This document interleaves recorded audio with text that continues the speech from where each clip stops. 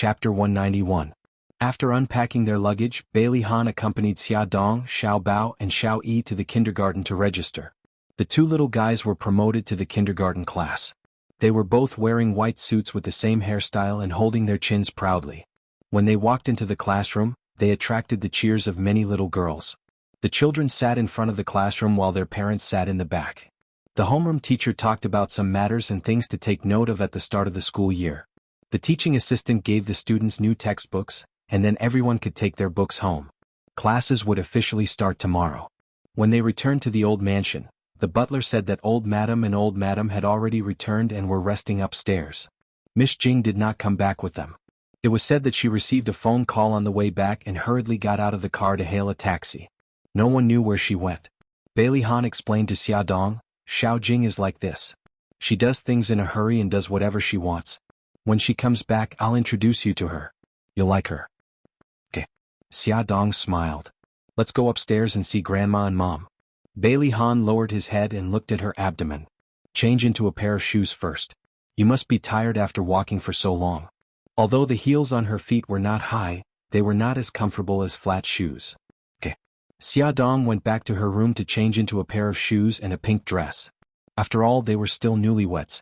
If she dressed too simply, the elderly might not like it. Bailey Han held her hand and knocked on the door of old madam's room. Old master was lying on a rattan chair with his eyes slightly closed. Old madam was sitting beside him, wearing reading glasses and holding a book. She was softly reading a poem by Pushkin. The sunlight quietly shone in through the window and spread on the floor. In the blue and white porcelain vase by the window sill, 2 red roses quietly bloomed. The years were peaceful and elegant. Xia Dong and Bailey Han did not say anything to break the silence. The cold of winter is fast and will visit the woods and fields. The blazing fire will soon light up the smoky cottage, and I will not see this charming Xiao girl alone in her house, grieving in secret, like an oriole in a cage and thinking only of my Natasha. And constantly thinking of Natasha. Old madam's gentle voice had a touch of sadness. Perhaps she was also reminiscing about the years that had passed. After reading the poem aloud, she closed the book and placed it on the table beside her. She turned to look at the two standing at the door and said mildly, "You're back. Grandma Xia and I are here to see you." Bailey Han put his arm around Xia's waist and walked to the old lady. "Sit down." Old madam's expression was still indifferent, as if she did not care about Xia Dong at all. As a first-time daughter-in-law, Xia Dong did not know how to get along with her in-laws' elders. She thought for a moment and said with a smile, "Grandma, what do you and Grandpa want to eat for lunch?" "I'll make it." Old madam said mildly, "You're Bailey's daughter-in-law, not a servant at home. You don't have to worry about the kitchen." Xia Dong pursed her lips and smiled. "Grandma, there are many things that I don't understand at home. Please don't despise me. I'll learn as soon as possible and won't let you down." Old madam looked up at her. Her sharp eyes did not look like an 80-year-old woman's. Her tone was also cold. "We haven't had our daughter-in-law's tea yet, so you're not Bailey's official daughter-in-law. We'll serve you tea after your wedding. For now, go and see your mother-in-law." "I'm tired." "Yes, Grandma." Walking out of old madam's room, Xia Dong still had a calm smile on her face, but Bailey Han's heart ached. Although Grandma did not scold her too much, her words and actions revealed her displeasure. He held her hand and his warm strength made her feel at ease. She tilted her head and gave him a bright smile. "Han, let's go to Mom's room." Bai Jinxiu was sitting on the couch, wearing an ink cheongsam. She looked elegant and noble. Her facial features were beautiful, and with light makeup she looked like a Jiangnan beauty who had walked out of an ink painting. It was impossible to tell that she was already a grandmother. Bailey Han smiled. "Mom, Xia is here to see you." Xia Dong followed him and called out, "Mom?" She raised her elegant eyes and said mildly, "Why are you standing at the door? Come and sit down." Bailey Han put his arm around Xia Dong's waist and sat opposite her. "Mom, why didn't Xiao Jing come back with you?" Speaking of her precious daughter, a smile appeared on Bai Jinxiu's face. Xiao Jing received a call and said that an old friend wanted to see her. "That little heartless girl left me and your grandma and ran away alone. It seems that she will only come back at night." Bailey Han smiled. "I haven't seen Xiao Jing for more than 2 years. I wonder what she has become. She's so carefree, traveling all over Africa and Europe alone." Bai Jinxiu's tone was complaining, but there was a smile in her eyes. "That's right. I don't know where she got the guts to go to Africa. She even went to the desert and the rainforest. On the way back, she talked about the dangers of the journey, and your grandma and I were so scared that our hearts almost stopped beating. Xiaodong listened to their conversation and was very interested in Bailey Jing. She smiled and said, "Mom, I really admire Xiao Jing. She has been to so many places alone. She must be a tenacious and special girl. I can't wait to see her now." Bai Jinxiu's smile paused, but her tone was still gentle. "You young people only know how to pursue excitement. You don't know how worried we parents are at home." Bailey Han smiled. "Mom, don't you have Xiao Jing's photo album here? Can you let me and Xia take a look?" Bai Jinxiu rang the bell and called a servant. "Xiao Qin, go to my bedroom and bring Miss Jing's photo album here." In less than 2 minutes, the servant came back with a thick crystal photo album. "Madam, the photo album is here." "Leave it." Bai Jinxiu motioned for the servant to leave and waved to the two people opposite her. "Come and sit beside me." Bailey Han and Xiaodong sat on her left and right. She opened the crystal photo album. The first photo was a family photo, and the second was Bailey Jing's personal photo. The girl in the photo looked to be in her early 20s. She wore a tough black suit and sat proudly on the back of a horse. She had handsome short hair, wore a pair of black sunglasses, and wore a pair of exquisite and shiny riding boots. She looked very valiant and very chic. Xiaodong fell in love with this girl almost immediately. Bai Jinxiu smiled gently. Xiao Jing has always had a boy's personality since she was young. She flipped through the photos. This one was probably taken on Bailey Jing's birthday. She wore a white gauze dress and was facing a beautiful big cake. She had a smile on her lips and her eyes were closed. Her hands were clasped under her chin, and she seemed to be making a wish. This was taken on little Jing's 18th birthday. After this birthday, she went to study in England. Every time she flipped to a photo, Bai Jinxiu used a gentle voice to describe the background of the photo. Xiaodong was suddenly very touched and also a little sad. If her mother was still alive, would she also like to flip through her old photos and reminisce about the past? "Mom, I'm so envious of little Jing. She has a mother who loves her so much." Bai Jinxiu was stunned. She looked up at Xiaodong. Her smile was sincere and her eyes seemed to be shining with tears. After a moment of contemplation, she remembered her background. In this world, perhaps all maternal love was the same. Bai Jinxiu looked at her, and the ice in her heart slowly began to melt. The girl in front of her lost her mother at a very young age. Now she was the woman her son loved the most. As a mother, why not try to accept her? She began to have such thoughts in her heart. Bai Jinxiu's face was expressionless, and her tone was indifferent. "In the future, I will also be your mother." "Thank you, Mom." Xiaodong's eyes were covered with a layer of water, but her smile was very bright. She pointed to a new photo. "Mom, what's the origin of this photo?" This photo was the first full frontal photo of Bailey Jing so far. Xiaodong also saw her appearance clearly at this time. Her facial features were a little similar to Bai Jinxiu's. She had a high nose, big eyes, and a delicate chin. When she laughed, she revealed her snow-white teeth. There was a heroic spirit between her eyebrows. She was different from Su Yunxian's noble and elegant, and also not like Su Xingqian's sweet and cute. She was heroic, straightforward, and bright. In the photo, she and Daodu were sitting side by side on the grass. Daodu was licking her face with its long tongue. She hugged Daodu's head with one hand and bloomed with a bright smile. Bai Jinxiu complained. This photo was taken 2 years ago. After that, she said that she wanted to travel the world and ran away from home. Xiaodong was surprised. Little Jing actually ran away from home? Isn't that so? At that time, her grandmother and I were so angry. Bailey Han saw that they were chatting so happily and was happy. He sat quietly at the side and did not interrupt, allowing the mother-in-law and daughter-in-law to chat. On the other side, the person they were chatting with, Bailey Jing, was already standing at the door of Su Xingqian's ward. She was wearing a pair of ripped jeans and a white t-shirt with a skull on it. Her wine-red hair was permed into big waves and fixed into a bun on top of her head. Her skin was a healthy wheat color, and she was full of energy and vitality. She flew towards Su Xingqian. "Xingqian, I'm back. Are you okay?"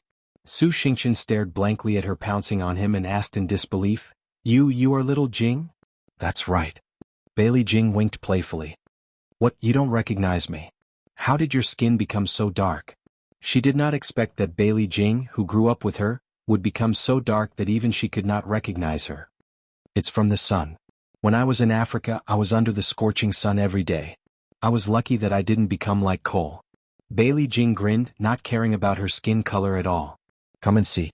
Hongcha 866. Chapter 192. Xingchen, what happened to you? Why is your face wrapped in gauze? Bailey Jing was on her way home when she received a call from Su Xingchen. Hearing that she was hospitalized, she immediately abandoned her family and rushed over. Su Xingchen's eyes welled up with tears. Little Jing, I'm disfigured. Disfigured?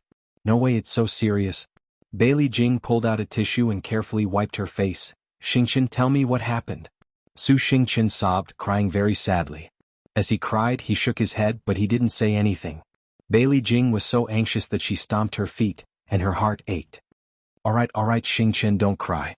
Once you cry, my heart will be in chaos.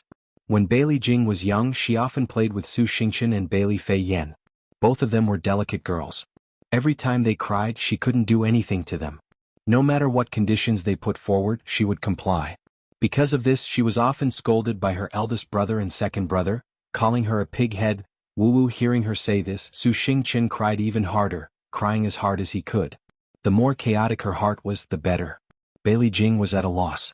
Just like when she was young, she gently coaxed, be good, don't cry. If there's a problem, tell me and we'll slowly solve it, okay? Su Xingchen saw that it was about time and sobbed, Little Jing, my face was disfigured by acid.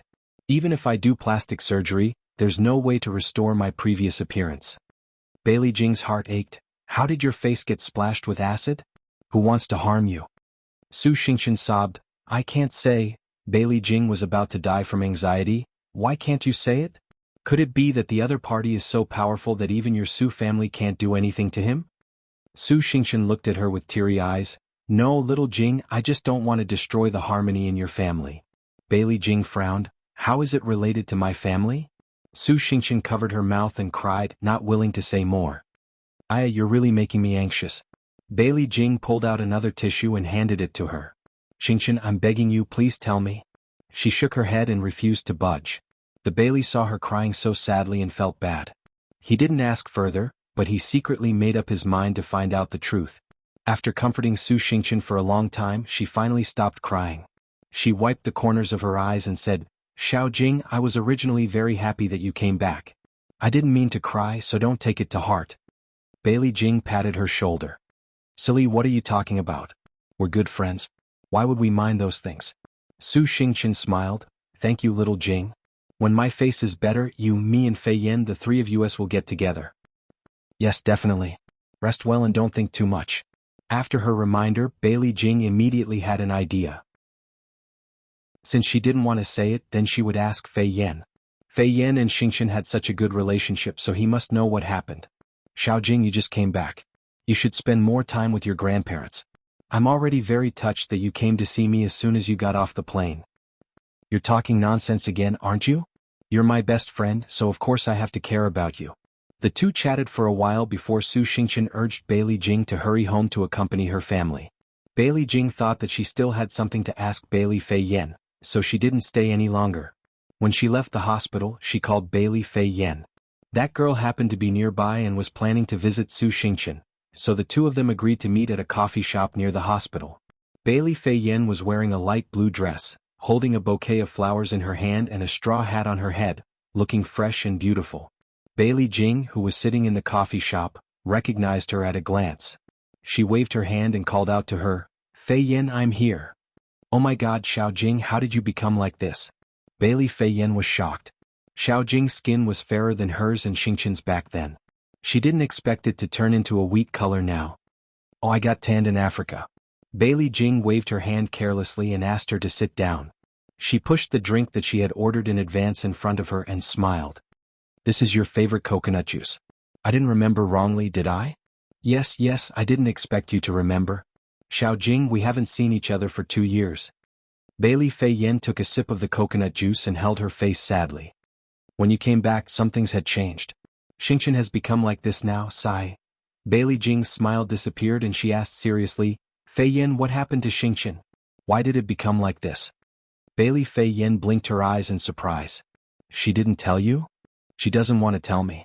Hurry up and tell me. She frowned. Isn't this not very good? Xingchen might not want you to know. Bailey Jing leaned forward and looked into her eyes seriously. Fei Yin, we are all friends of Xingqian. We should care about her, right? Yes. Then it's only right that I want to know what happened to her, isn't it? Yes. Then hurry up and tell me. Bailey Fian bit his lip and hesitated for a moment before nodding his head heroically. All right then, I'll tell you. But you must not tell Xingqian that I was the one who told you.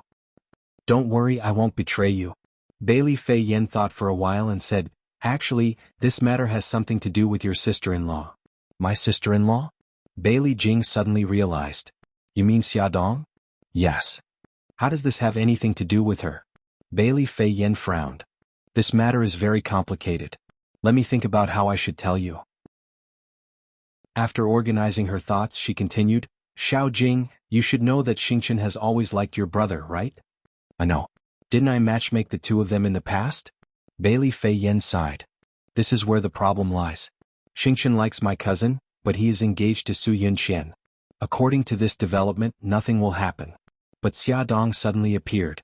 She deliberately got close to my cousin and Su Yunqian felt threatened. She actually bribed the culprit to kidnap Xia Dong and sold her to a remote mountain village. I heard that she was injected with drugs. She paused and took a sip of her drink. Then she continued, Xia Dong also had a fiancé called Mika Kito. I heard that he is very capable. In the end, he rescued Xia Dong and investigated her kidnapping. She paused deliberately. Do you know what happened next? This was more interesting than a novel or a television show. Bailey Jing was listening intently when she suddenly stopped. She patted her forehead and said, Stop keeping me in suspense. Hurry up and tell me. Su Yunqian, this woman is really not simple. She blamed everything on Xingqian, so Xingqian was retaliated against by Mika Kito. Bailey Jing was shocked. Was it Mika Kito who ruined Xingqian's appearance? No, Mika Kito found a few male prostitutes to humiliate Xingqian. He even took a video of her and injected her with drugs. He wanted to completely destroy Xingqian. Bailey Jing was shocked. She felt sorry for Xingqian and was stunned for a while. Then she asked, what happened after that? After that, Xingqian's scandal spread like wildfire. She had a nervous breakdown and escaped from the drug rehabilitation center. She took the acid and planned to take revenge on Su Yunqian. She didn't expect Xia Dong to snatch the acid from her and ruin Xingqian's appearance. Bailey Jing was heartbroken and angry. How could Xingqian be so stupid?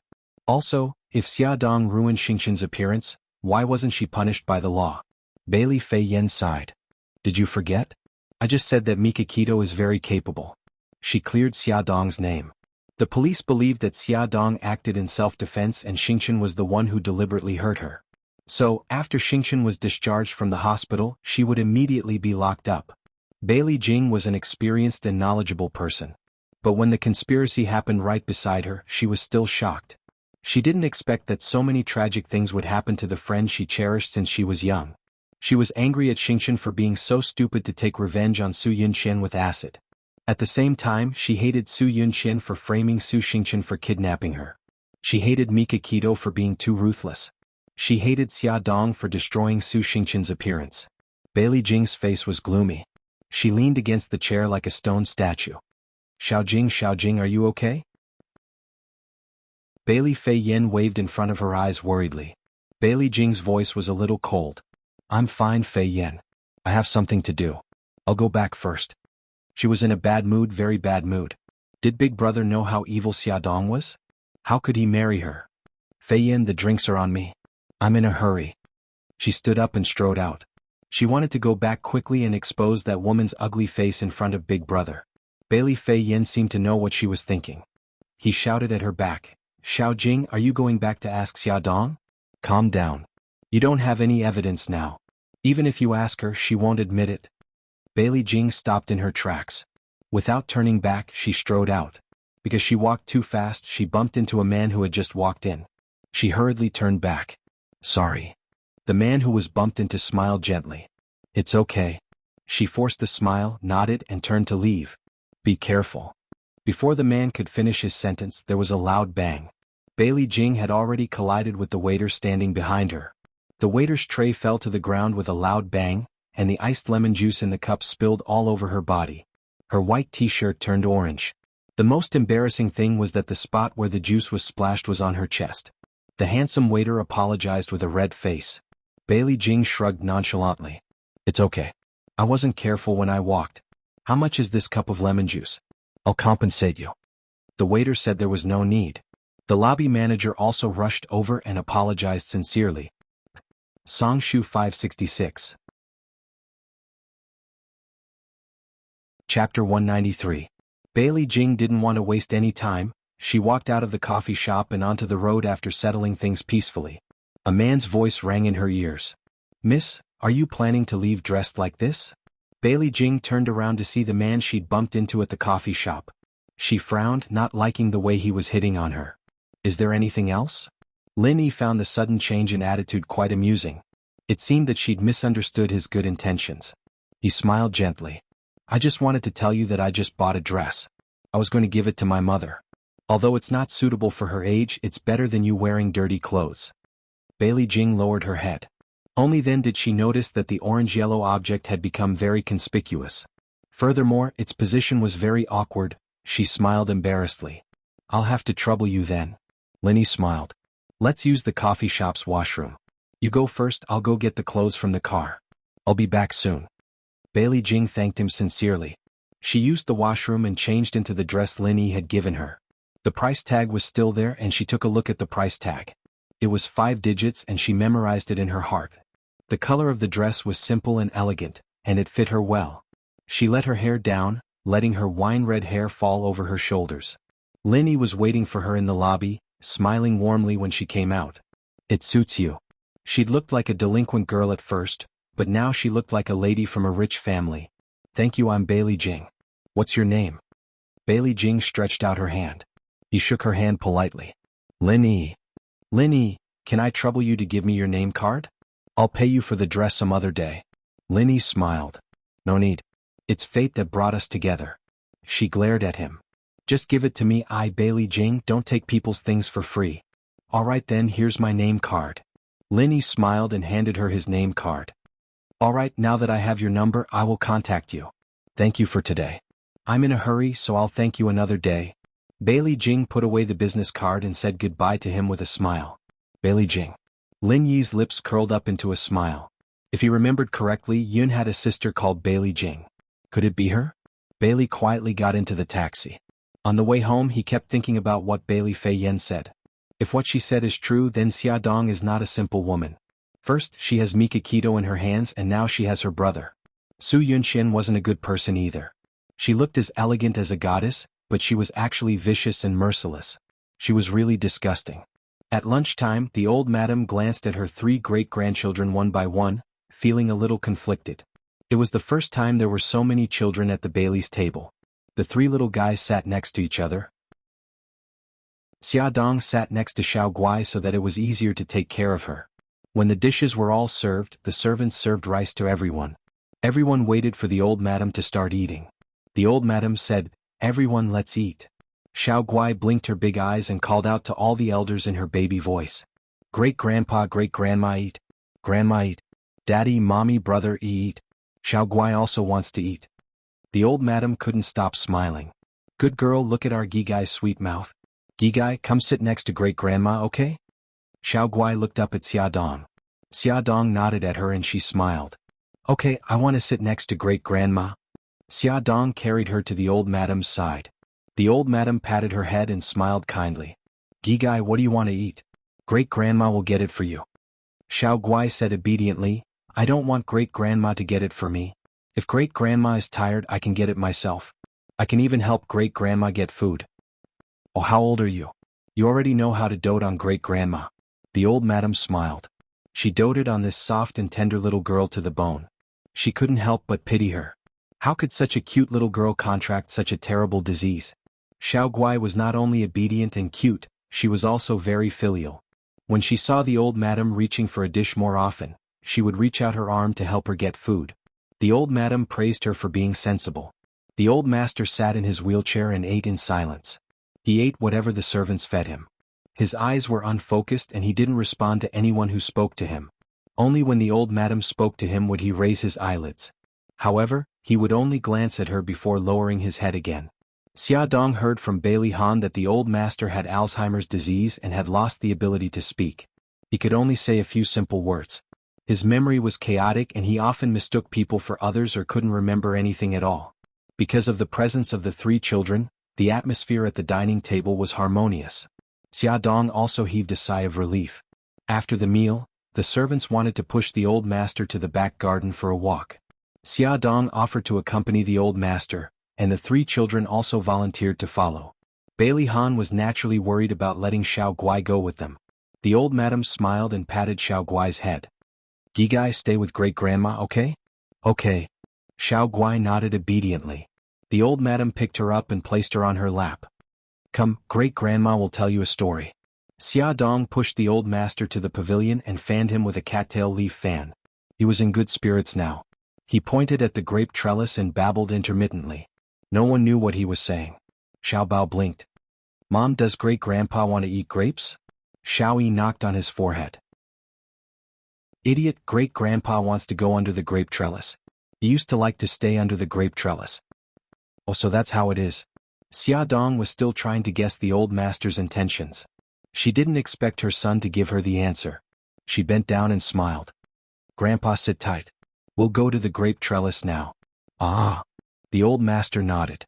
It seemed that Xueqi had guessed correctly. After pushing the old master to the grape trellis, he quieted down. He tilted his head as if he was going to sleep.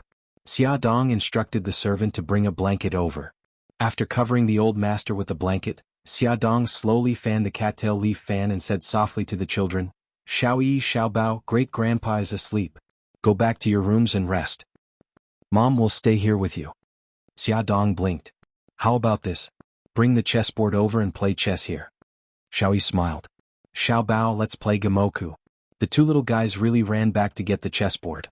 They laid it out on the stone table and began to play chess. A cool breeze blew past and the grape leaves rustled. The September sun was less scorching and more warm. The light shone through the layers of grape leaves and shone on the limestone road. It was peaceful and serene. Xiaodong fanned herself and looked up at the children playing chess from time to time. Her eyes were full of smiles. Suddenly the sound of footsteps could be heard. Xiaodong turned her head and saw a pretty figure approaching from afar. The person who came was tall and slender. She had long wine-red hair and was wearing an elegant plain dress. She wore a pair of canvas shoes and a pair of brown sunglasses on the bridge of her nose. Her actions revealed a candid temperament. Xiaodong inwardly guessed that she should be Bailey Jing. Xueqi also heard the footsteps. He looked up and a bright smile appeared on his face. He jumped down from the stone stool and ran over. "Aunt Jing. Darling, you've grown so tall." Bailey Jing smiled brightly as she carried Xueqi and kissed his cheek several times. "And Jing, why are you only back now? I missed you so much." "Oh, darling has suddenly changed. He's no longer the little old man from before." Bailey Jing teased with a smile. In the past, every time she called her family, Mommy would complain that Xueqi was too mature. But now he was acting like a child. "And Jing, don't laugh at me. I'm happy. I'm not laughing." Bailey Jing carried Xueqi to Xiaodong and put Xueqi down. She took off her sunglasses and squatted down to hug the sleeping old master. She kissed him on the cheek and said softly, "Grandpa, your Xiao Jing is back." Old master was in a deep sleep. Bailey Jing adjusted the blanket for him and stood up. Her gaze landed on Xiaodong. Xiaodong smiled and extended her right hand. "Xiao Jing, hello. I'm Xiaodong." Bailey Jing didn't take her hand. Instead, she stared at her meaningfully. "You're the woman my brother married?" Xiaodong retracted her hand. Her smile didn't change. "Yes." Bailey Jing raised her eyebrows. Her lips curled into a mocking smile. "My brother's taste in wives is getting worse and worse. Each one is worse than the last." The smile on Xiaodong's face froze. She didn't say anything. Xiaobao jumped down from the stone stool and said unhappily, "Hey, what do you mean by that?" Xueqi was also a little unhappy. "Aunt Jing, do you have some misunderstanding about my mommy?" "Xueqi, why are you calling her mommy?" Bailey Jing glanced at Xiaobao. He looked very cute when he was angry. He could compete with Xueqi. Upon closer inspection, their eyebrows were somewhat similar. Little Wingzy shrugged helplessly. "That's because she's my mommy." Bailey Jing widened her eyes in surprise. "Wait, didn't your mommy pass away?" Bailey Jing couldn't be blamed. She often traveled around the world. It wasn't easy for her family to contact her. Moreover, they didn't tell her that Xiao Yi's biological mother was Xiaodong. She didn't know any more information about Xiao Yi's biological mother than Bailey Han. Then this child, Bailey Jing pointed at Xiaobao. He's my biological brother. Xueqi shrugged again. So, Aunt Jing, you must have some misunderstanding about my mommy. Attention Hongcha 866. Chapter 194. Bailey Jing's beautiful brows furrowed. This matter was getting more and more complicated. She didn't want to convict Xiaodong yet. She wanted to wait until she figured things out. She sized up Xiaodong and said lightly, "You should know my name, so I won't introduce myself. I'll go in first." Xiaodong looked at her back as she walked away. Her eyes darkened. Bailey Jing didn't like her. It seemed that her position in this family was still very awkward. Bailey Han sat on the sofa and called Lu Zihao to explain some things. A beautiful figure rushed towards him. "Big brother, I'm back." He hurriedly ended the call and hugged Bailey Jing, who rushed over. His eyes were full of smiles. "You little girl, you still know how to come back?" Bailey Jing acted like a little girl and acted coquettishly in his arms. "Aren't I back now? Big brother, did you miss me?" Bailey Han poked her forehead with his finger and his eyes were full of affection. "Yes, I missed you, you heartless girl. When will you come back?" "Ah, big brother, I missed you so much." Bailey Jing suddenly hugged his neck and smiled brightly. "Okay, you're still acting like a child." Bailey Han touched her hair. "Grandma and Mom are upstairs. Go and see them." "Okay. I'll go up first." Bailey Jing kissed him on the cheek and ran upstairs like a rabbit. Bailey Han smiled helplessly, his eyes full of affection. If you asked which family's daughter cared the most about her image, the answer would definitely be Bailey's family. Although they had just met at the airport in the morning, old Madame Gu and Bai Jinxiu still smiled from ear to ear when they saw Bailey Jing. They hugged her affectionately for a while. After the excitement, Bailey Jing saw Xueqi sitting quietly on the small fabric sofa and looking at her curiously with a pair of crystal-like eyes. Bailey Jing also looked at Xueqi in surprise and asked the old madam, "Grandma, this little girl is so cute. Whose child is she?" Old madam patted her forehead. "Look at me, I was so happy that I forgot to introduce her. Xiao Jing, this is your eldest brother's daughter, Xueqi." Old madam patted Xueqi's head and smiled kindly. "Gigai, this is your Aunt Jing." "Hello, Aunt Jing." Xueqi blinked his big eyes and smiled generously, revealing two cute little dimples. "So cute." Bailey squatted in front of her and couldn't help but reach out to stroke her soft cheeks. He smiled gently. "Your name is Xueqi. How old are you this year?" Xueqi's face was distorted by her rubbing, but she wasn't angry at all. She replied softly, "I'm 4.5 years old this year." "Wow, so cute. Come, let Aunt Jing give you a kiss." Bailey's family finally had a little princess. Sob sob, she was so happy. Bailey Jing kissed Xueqi's soft cheeks. Xueqi giggled. "Aunt Jing, you're so beautiful. Oh, little girl, you have such a sweet mouth." Bailey Jing beamed and couldn't help but rub her cheeks again. Her abnormally pale little face was rubbed red. Old madam shook her head helplessly. "Jing girl, if you don't dare to enter, let go of Xueqi. She's not in good health and can't stand your torment." Bailey Jing heard and quickly let go of her hand. She looked carefully. Xueqi's skin was abnormally white and her small body was a little thin. She asked with heartache, "What's wrong with Gigai?" Bai Jinxiu coughed heavily. Bailey Jing immediately realized that she couldn't talk about it in front of the child and quickly changed the topic. Xueqi's health wasn't good and she quickly became tired. After she fell asleep, old madam asked the servant to send her back to her room. Only then did she tell Bailey Jing about Xueqi's condition. Bailey Jing came back to her senses after a long while.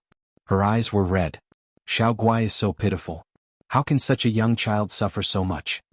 Bailey Jing had been sympathetic since she was young. She was the kind of person who would give money to others when she saw them begging on the street. How could Bai Jinxiu not understand her? She helplessly patted the back of her hand and comforted her. "Don't be sad. Fortunately, Xiaodong is pregnant now. When she gives birth to the baby, she can save Gigai." "Xiaodong is pregnant?" Bailey Jing's heart tightened. She thought that it was fortunate that she didn't act rashly.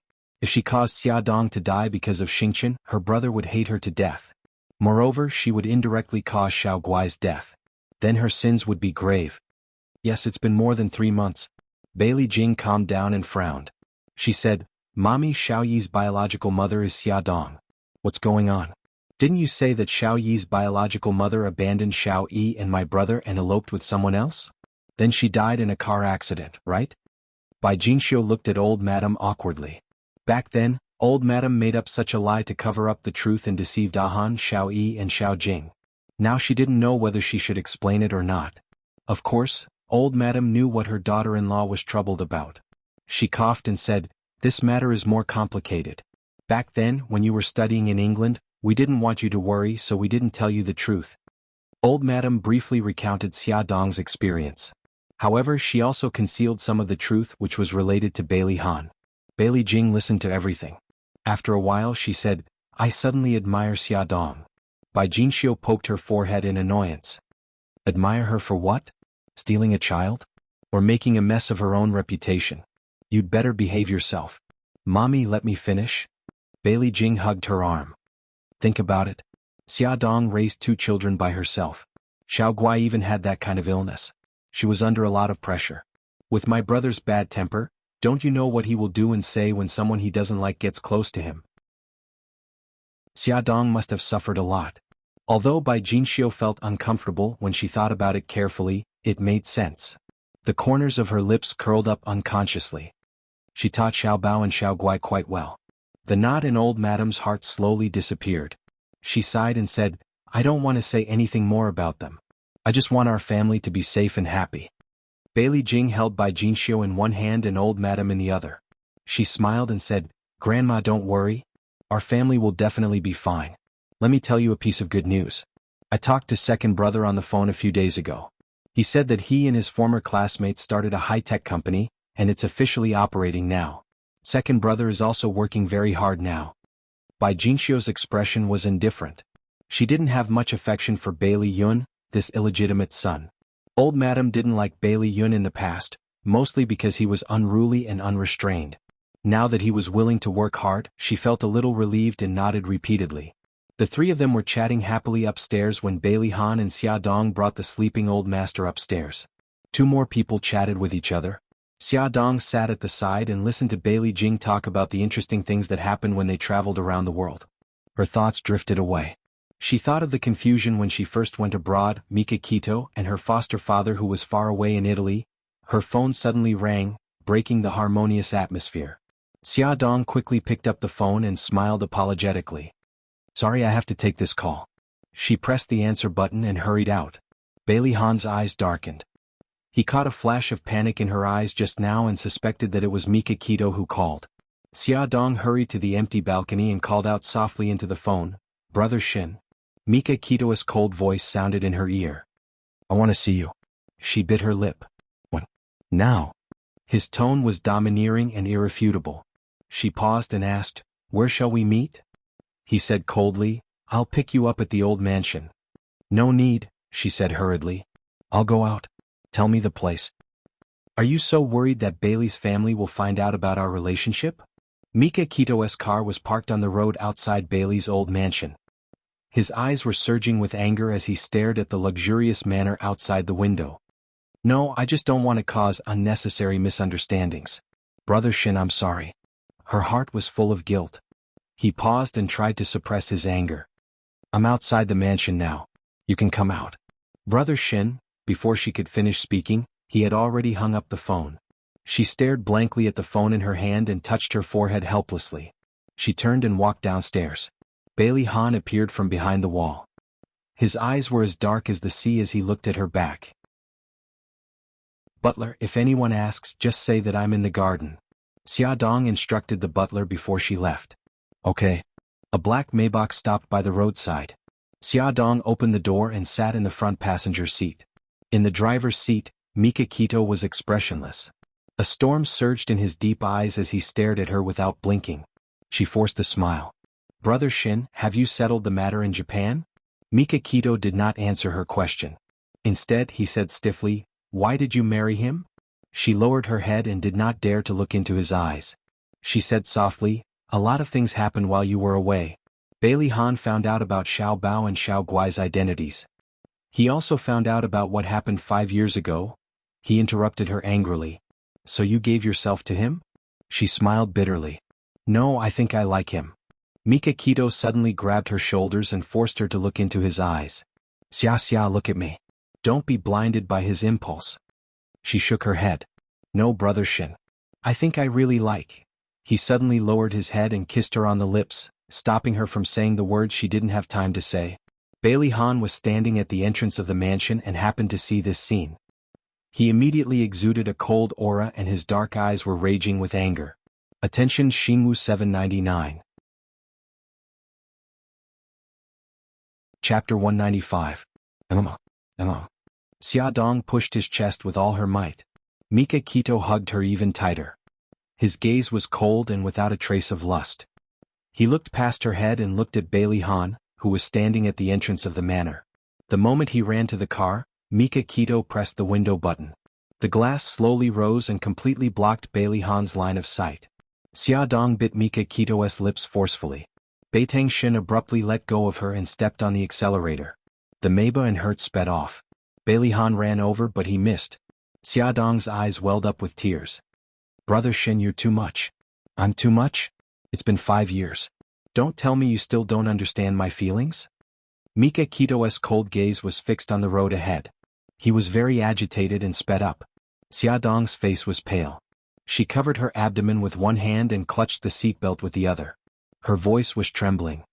Brother Xin, don't drive so fast. Mika Kito ignored her words and shouted agitatedly, Xia Dong, I love you. I've loved you for 5F King years. How can you ignore my feelings and throw yourself into another man's arms?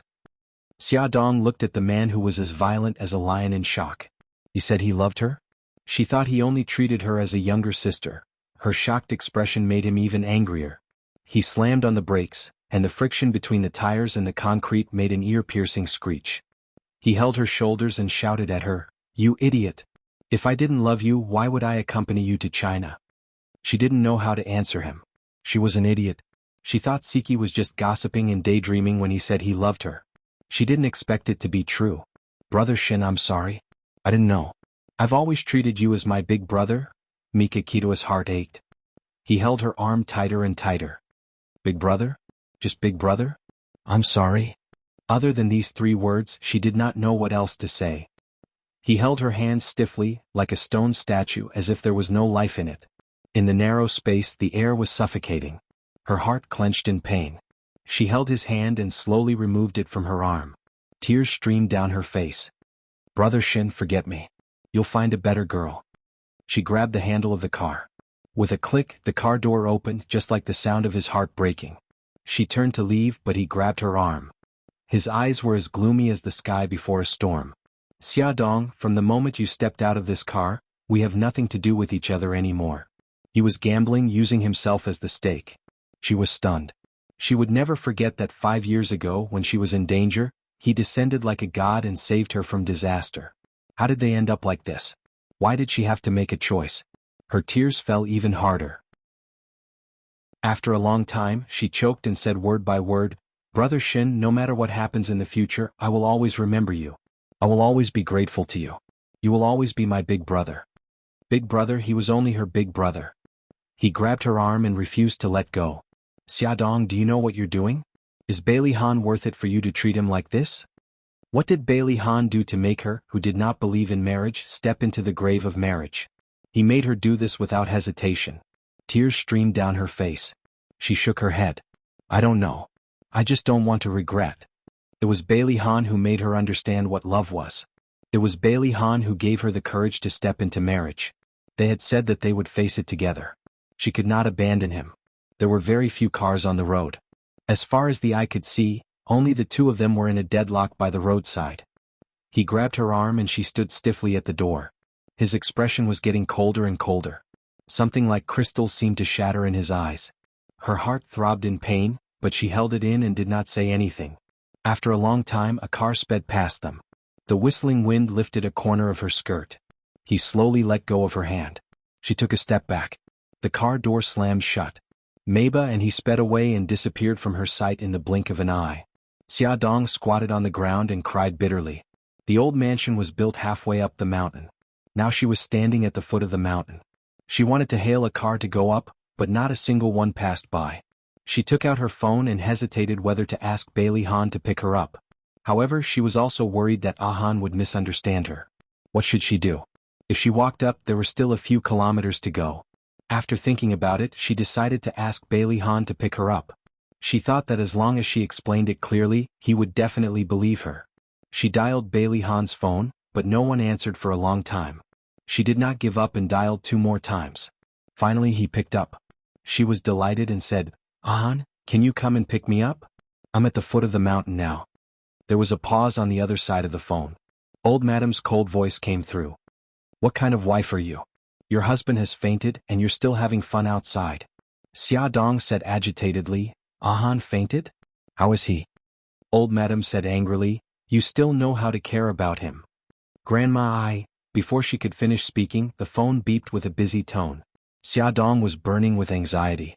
She did not know what had happened to Bailey Han and why he had fainted. However, when she heard Old Madam's anger, she knew that his condition must be very serious. She did not dare to think too much about it. She lifted her skirt and ran up the mountain. Fortunately, she was wearing flats, so she was not too tired from running. However, she was worried about the baby in her belly, so she did not dare to run too fast. After running for nearly 10 minutes, she saw a car driving over from afar. It approached from afar until it stopped in front of her. An unfamiliar face stuck out from the window. "Young mistress, Old Madam asked me to pick you up." Xiaodong said, "Thank you," and hurriedly got into the car. The car drove into the manor. She hurriedly got out of the car and walked into the living room. She happened to see the butler sending Xueqi downstairs. She hurriedly went up to him and asked, "Dr. Su, how is Ahan?" Xueqi looked at her meaningfully. When he was driving to Bailey's house just now, he saw this woman and a man tugging at each other by the roadside. Although it was not convenient for him to say too much as an outsider, he still could not help but want to say a few words on behalf of Ahan. "Xiaodong, we can be considered old acquaintances. I want to remind you that Ahan loves you very much. He loves you with his own life. Please cherish him. He has not woken up yet. You can go upstairs to see him." Xiaodong was stunned. She did not quite understand what he was implying. However, when she heard that Ahan had not woken up yet, she was very worried. What happened to him? Why did he suddenly faint? "It's not convenient for me to say this. If there's nothing else, I'll take my leave first." Xiaodong returned to the room. Old Madam, Bai Jinxiu and Bailey Jing were all there. According to the butler, the 3 children had been persuaded to go back to their own rooms. When Old Madam saw her, her gaze turned cold. "Where did you go just now?" Xiaodong glanced at Bailey Han, who was lying on the bed, and replied, "A friend came to visit me. We chatted for a while at the foot of the mountain." "What kind of friend must call you out of the house for a chat?" Old Madam's voice was harsh. She had just heard from the security guard at the gate that he had seen Xiaodong go out and get into a car parked by the roadside. Xiaodong's fingers clenched tightly. "It's Mika Kito. He came back from Japan. When he heard that I was married, he specially came to visit me. I was afraid of causing a misunderstanding, so I did not invite him in."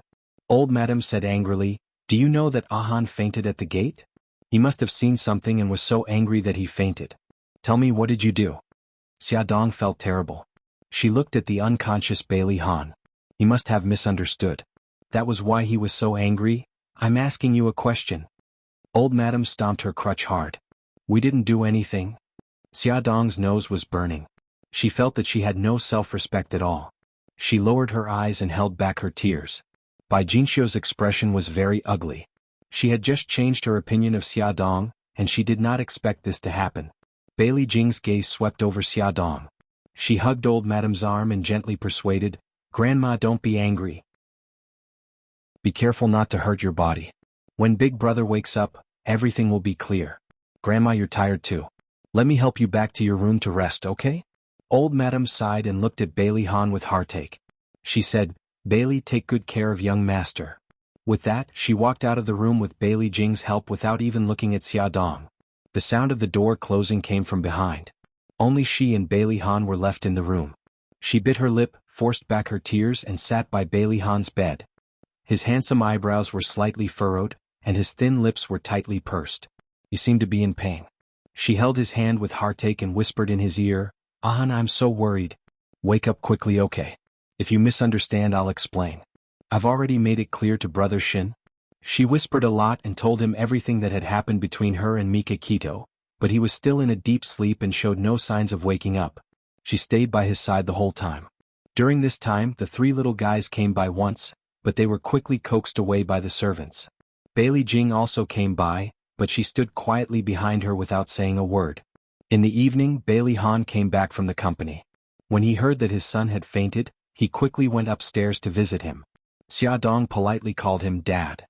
He grunted and said, "You're tired too. Go downstairs for dinner and rest for a while." She pursed her lips. "I'm not hungry. I'll stay here with Ahan." Bailey Han's face darkened. "Even if you're not hungry, the baby in your stomach will be. Even if Ahan is awake, he won't want to see you like this. Be good and go downstairs for dinner." Foley Songshu 566. Chapter 196. Bailey Xiong knew that Xiaodong occupied a very important position in his son's heart. In order to improve their relationship, of course, he had to accept Xiaodong, so he really cared about her. This sentence seemed to be a reprimand, but in fact, it was full of concern. It warmed Xiaodong's heart. "I know, Dad." Bailey Xiong's voice softened. "Let's go downstairs and eat first." Without Bailey Han at the table, everyone's mood was a little heavy. No one spoke. Bailey Jing looked around and said with a smile, "Daddy, I haven't seen you for 2 years. You seem to be younger than before." Bailey Xiong smiled. "I'm old. Jing, when do you plan to go to the company to help Daddy?" Bailey Jing picked up a piece of braised fish and put it on his plate. She raised her eyebrows and smiled. "Daddy, you can ask big brother and second brother for help with the company. I want to do something different." "Tell Daddy, what do you want to do?" "I want to go to the poor mountainous areas to teach." Bailey Xiong almost choked. Before he could express his opinion, Bai Jinxiu frowned and said unhappily, "Little Jing, quickly give up on this idea." Let me finish." Bailey Jing sighed helplessly. "I won't be there for long. I'm just going to those places to take a look and learn about the situation of those poor schools. Then I'll raise some money for them." The old madam said slowly, "Doing charity is a good thing and I support it. If you want to donate to those schools, I won't stop you, but I won't allow you to do it as a career. Little Jing, you're the eldest miss of our Bailey family. You have to think about our family. You've been willful for so many years and you can't be willful anymore. Think about what I just said." Bailey Jing said unhappily, "I know, Grandma."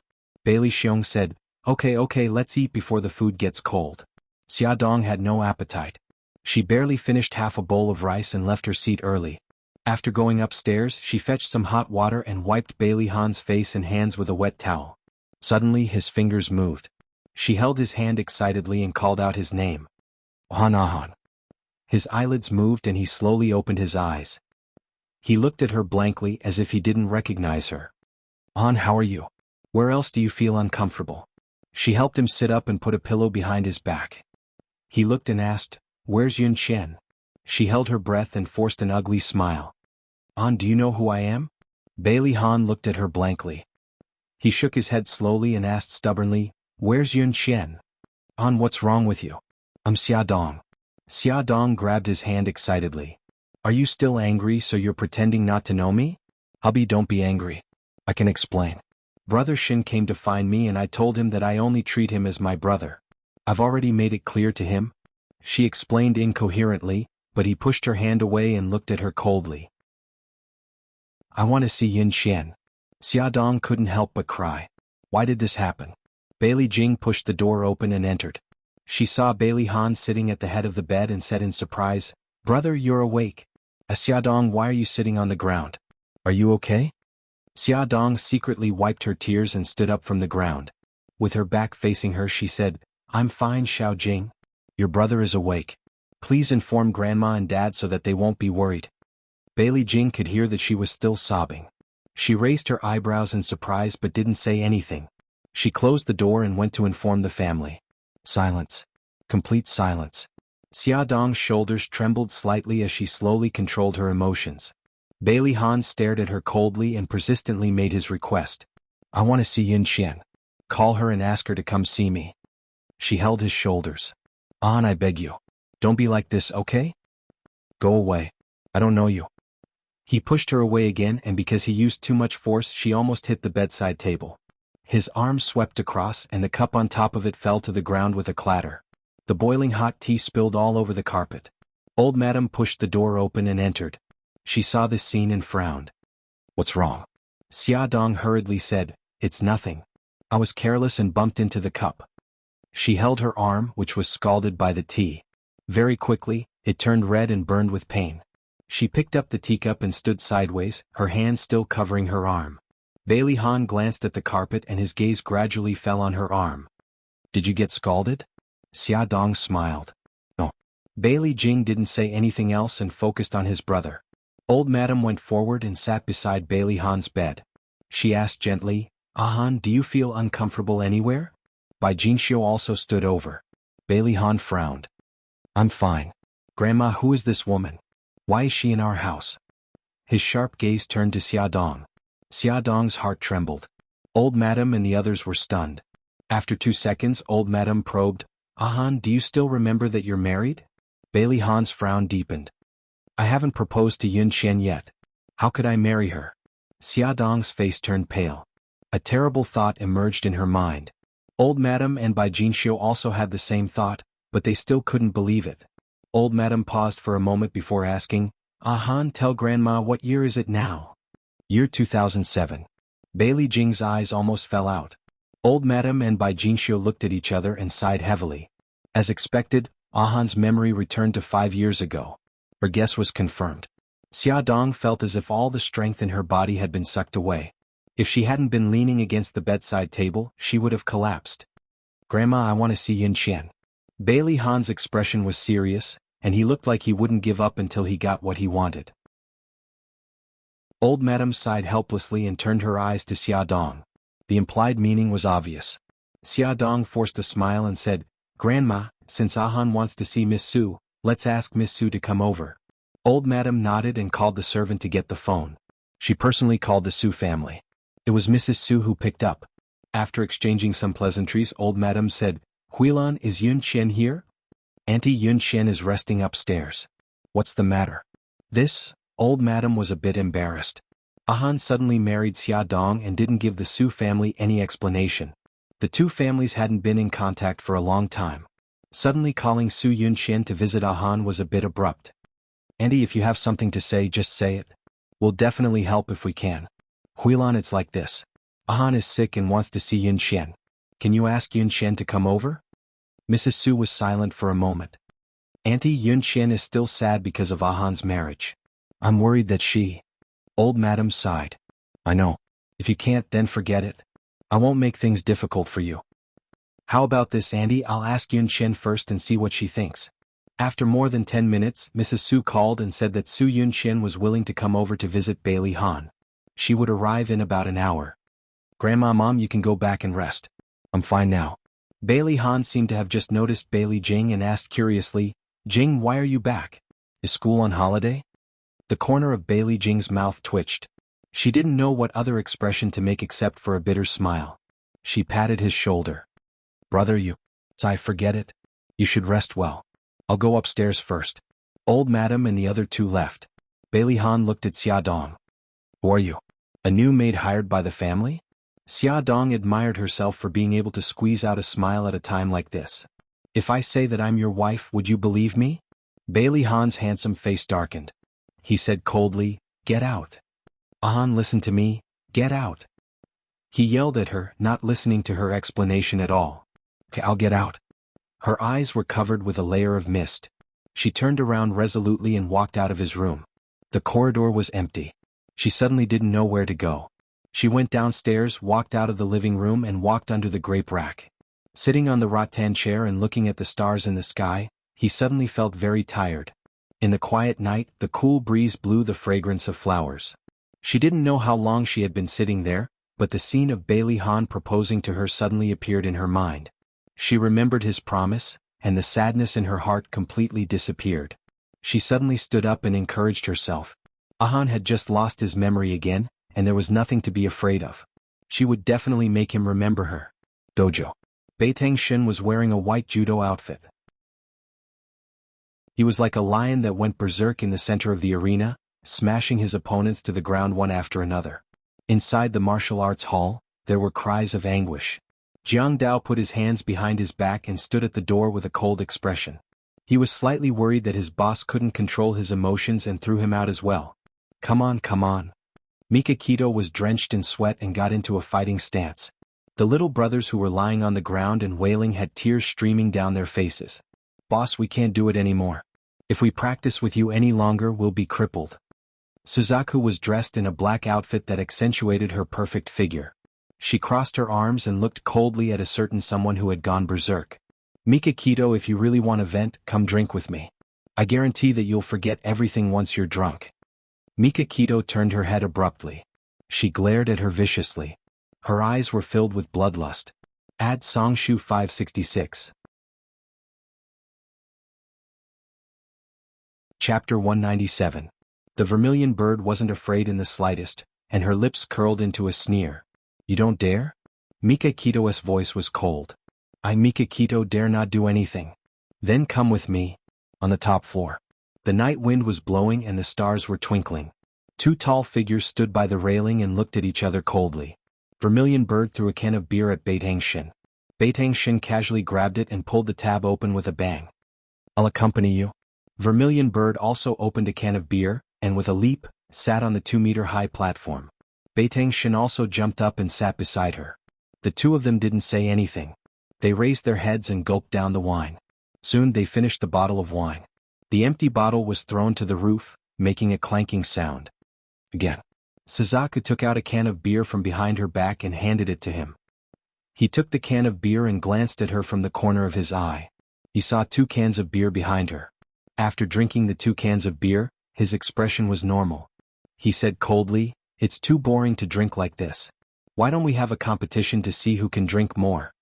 Suzaku was expressionless. There's a winner and loser in a competition. What are you going to bet? Mikakito looked at her sharply. Freedom. If you win, I'll give you back your freedom. Suzaku smiled. Okay. If you win, I'll work for you for the rest of my life. The contract she signed with Mikakito was only for 20 years. Now she was betting her freedom. 2 pairs of cold and emotionless eyes met. They clinked their cans of beer, signaling the start of the competition. Cans of beer were downed one after another, and empty cans were thrown to the roof one after another. The two of them sat on the high platform like 2 machines, mechanically repeating the action of downing beer. The starlight poured down on them, breeding feelings of loneliness and sadness. After drinking for an unknown amount of time, Vermilion Bird's eyes began to blur. The beer had already risen to her throat. She covered her mouth and burped. Slightly drunk, she said, "Why didn't you kill me back then?" She knew that this man loved Xiaodong to the core. She kidnapped and hurt Xiaodong, but she did not expect that he would spare her life. Mikakito's eyes were also blurry. He took a sip of beer and said indifferently, "I have an agreement with you." She sneered. Agreement? What's the use of an agreement for a man like you? He was not the kind of person who would abide by an agreement. She had already seen how ruthless he could be in Japan. He turned to look at her. Under the starlight, there was a cold smile on her beautiful face. Her eyes were a little drunk, and there was a charm in her coldness. He had to admit that she was very beautiful. You can take it that I value talent. Her rosy lips curved.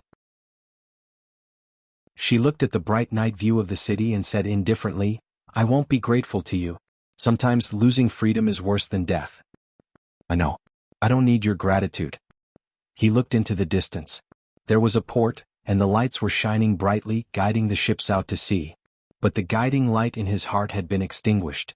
He had loved her for 5 years, but she did not belong to him. The sadness in his heart could not be expressed.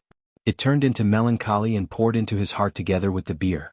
It was so bitter that his eyes flashed like broken glass. The can of beer in his hand was empty again, just like his heart. After a long time, the night wind blew, bringing with it the noise of the city and the sound of the sirens. 2 bodies lay on the high platform, motionless. Suddenly, a pair of pitch-black eyes opened. His cold gaze made people shudder. She turned to look at the person beside her. His eyes were closed and his brows were tightly knitted. His entire body was emitting a strong smell of alcohol. Suzaku called him softly. "Mikakito?" He frowned impatiently and turned his back to her. Her slender fingers slowly slid down to her calf, and she pulled out a sharp dagger from her small leather boot. She looked at his broad back and raised the dagger high. It was this man who had destroyed her freedom and her pride. He even used her beloved Director Lin to force her. If she killed him, she could regain her freedom and reunite with Director Lin. The biting, cold, murderous aura suddenly expanded, ready to be released. She raised her hand high and stabbed down heavily. But at the last moment she controlled herself. She was crazy, really crazy. If she killed him, how could she escape the Yamaguchi-gumi's pursuit? How could she save Director Lin from Japan? The alcohol kicked in and she almost did something she regretted. She put down the dagger and quietly put it back into her boot. Then she pretended that nothing had happened and lay quietly beside him. Mikakito suddenly turned around. His eyes were like ice and he didn't look drunk at all. He said coldly, "Why didn't you do it?" Suzuka's back broke out in cold sweat. It turned out that this man wasn't drunk at all. He must have been pretending. He definitely didn't believe in her loyalty, so he took the opportunity to test her. "Why didn't you do it?" He stared at her coldly as if he wanted to see through her organs. Her lips moved and she said calmly, "If I kill you, I won't be alive. Although I hate not having freedom, there are important people who are worth it for me to give up my freedom. You're only half a second away from death." His right hand moved, and only then did she see clearly that he was holding a very small pistol. If she did not stop her assassination, then his bullet would not hesitate to pierce through her heart. Her eyes darkened. "I won't be so stupid in the future."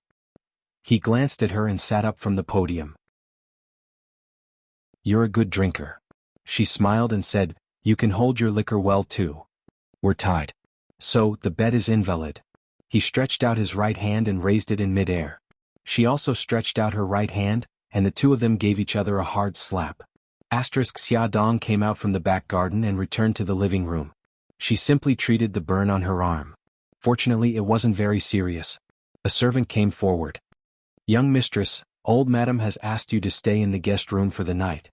I've already tidied up the guest room on the second floor. If you need anything, just call me." "Okay, I got it. Sorry to trouble you." Ahan didn't remember her, so she couldn't go back to her room to rest. Her guest room was arranged to be at the end of the second floor. Before she went back to her room, she went to Xiao Bao's room. Xueqi happened to be there as well. She told her about Bailey Han's situation, and the two little guys were stunned. Xueqi rubbed her chin and sighed. How did Daddy's memory go back 5 years? Moreover, it was before Su Yunqian left the country. Xiao Bao puffed up her cheeks and looked disgusted. Daddy actually wants to see Su Yunqian. What will he say to her? Could it be a proposal? Xueqi frowned. It can't be. Who would propose in the middle of the night? Xia Dong's mouth twitched. The first time Bailey Han proposed to her was in the middle of the night. Could it be that he was really going to propose to Su Yunqian? No matter what the three of them were worried about, Su Yunqian arrived as promised. Xia Dong stood at the top of the stairs and watched her walk up leisurely. She looked like a woman who had walked out of a painting in the misty Jiangnan. There was a hint of sadness in her every frown and smile, which was just enough to make people feel pity for her. She seemed to have lost some weight, and there was a hint of sadness in her eyes, which made her look even more beautiful and elegant. She was wearing a white dress, and her long hair was simply draped over her shoulders. A small part of her fair neck was revealed when she hung her head, and it had an alluring glow under the light. She walked up to Xia Dong and smiled faintly. Congratulations. Xia Dong smiled. Thank you. She elegantly brushed her long hair behind her ear. I'll go upstairs to see Grandma first. I'll go to Han's room later. Xia Dong's smile was still the same. Okay. Song Yunxian went upstairs. Song Yunxian did not know what old madam had said to her, but Song Yunxian came downstairs after about 10 minutes. Hearing Song Yunxuan's footsteps, Xia Dong pushed the door open and stood in the corridor to wait for her. Su Yunxian curled her lips and her smile was a little dazzling. I know where Han's room is. I don't need to trouble you to take me there. Xia Dong said faintly, I'm his wife. This is the basic courtesy to treat guests. Miss Su, please. Su Yunxian's eyes moved, and the smile on her lips gradually disappeared. Bailey Han hadn't gone to bed yet. He had changed into a formal suit and looked extremely handsome. When Xia Dong knocked on the door and entered, he was sitting on the sofa reading a book. When he looked up and saw the two of them walking in, a smile immediately surged in his eyes. Yunxian. Su Yunxian went forward and hugged him affectionately. Han, I missed you so much. Bailey Han hugged her tightly. I missed you too. Xia Dong looked down and pinched her palms hard. She gritted her teeth hard. Otherwise, she was really afraid that she wouldn't be able to control herself and would pounce on the two of them and beat them up. The two of them were intimate for a moment. Bailey Han suddenly looked up and saw that Xia Dong was still standing by the side. He frowned unhappily. Why are you still here? Get out. Su Yunxian lay in his arms. She lifted her chin slightly and looked at Xia Dong with a sneer on her lips. Xia Dong bit the tip of her tongue hard and smiled. I'll go out now. Han, you have to have a good chat with the guests. Bailey Han frowned. What did this woman mean? When Xia Dong went out, she put a small listening device in her hand into the antique vase. This was given to her by Xueqi. She said that with this device she would be able to eavesdrop on what Su Yunqian and Bai Han were talking about. The little girl automatically confessed that she had done this before. Su Yunqian leaned into Bai Han's arms. How long had it been since he hugged her? She couldn't help but reach out and hug his waist tightly. Perhaps his memory had returned to 5 years ago. God had given her a chance to start over. Bai Han stroked her long hair. Yunqian, why did you lose weight? Su Yunqian chuckled. If I said that I lost weight because I missed you so much that I couldn't eat or sleep, would you feel sorry for me? Silly, am I not by your side? Bai Han hugged her even tighter. Attention, Song Shu 566. Chapter 198. Silly girl, am I not by your side? Bai Han hugged her even tighter. Su Yunqian smiled. Han, what's wrong with you today? Why do you suddenly want to see me? Bai Han held her shoulders and looked into her eyes. He said seriously, Yunqian, will you marry me? In Xiao Bao's room, Xia Dong and her 2 children were eavesdropping. Xia Dong angrily jumped up from the sofa and rushed out without a word. She looked like she was going to fight with someone. Xiao Bao and Xueqi quickly ran over and hugged her legs. Mommy, don't be rash. Mom, don't be agitated. It's useless even if you rush over now. Dad doesn't remember you. Xia Dong was about to explode. That damn bastard. He was still whispering sweet nothings to her in the morning, and now he was hugging another woman and proposing to her at night. Although his memory was messed up, it was still very infuriating. Let go of me. I'm going to rush in and tell him the truth now. Xiao Yi's pink little ears twitched. She'll listen. They're talking again. Xia Dong's ears also perked up. Su Yunqian acted coquettishly. Han, when you propose, don't you have a ring? Of course I do. Bai Han paused and said, I originally ordered a ring today, but when I woke up, the ring was gone. Su Yunqian smiled. Alright, it's okay that the ring is gone. At least I know how you feel about me. You've agreed to my proposal? Of course, there's no reason not to. Let go of me. Xia Dong couldn't hold it in anymore. If she held it in, her husband would be charged with bigamy. Little Treasure and Little Wingzy let go of their hands in unison and took a step back in unison. Things had gone beyond their control. The scariest thing was that there was a suspicious sound coming from the eavesdropping device. It seemed to be a sound not suitable for children. Xia Dong opened the door and rushed to Bai Han's room. Her entire body was steaming with anger as she barged into his room in an extremely valiant manner. The next moment his breathing suddenly stopped. In front of him, Bai Han and Su Yunqian were hugging each other, their faces close to each other. Her eyes burned with flames as she clenched her fists. Resisting the urge to beat them up, she roared, Bai Han, stop. Bai Han's hand froze and he raised his head. After a short moment of shock, he was furious. Why did you come in? Get out. This is the 3rd time you've told me to scram. Seeing that your memory is a mess, I'll tolerate you. Xia Dong glared at him angrily. She strode forward and grabbed his wrist without warning. She was startled. It turned out that he was holding a girder in his hand. So, he was actually helping Su Yunqian put on the girder? Because of the angle, it looked like they were kissing. You crazy woman, what are you trying to do? Bai Han pulled his wrist back, unable to restrain his anger. Su Yunqian looked coldly at Xia Dong. Damn it, she had ruined her plans again. Xia Dong pointed at his left hand and said coldly, Bai Han, look at the ring on your left hand. What do you think it means? You're already married, do you know that? Bai Han let go of Su Yunqian in shock. His gaze fell on his left hand.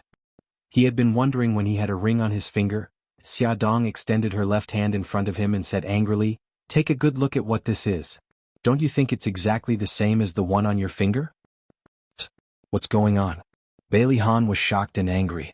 When did he get married? Why didn't he know about it? Who was this woman in front of him? There seemed to be something in his brain that suddenly bounced and tightened. It hurt.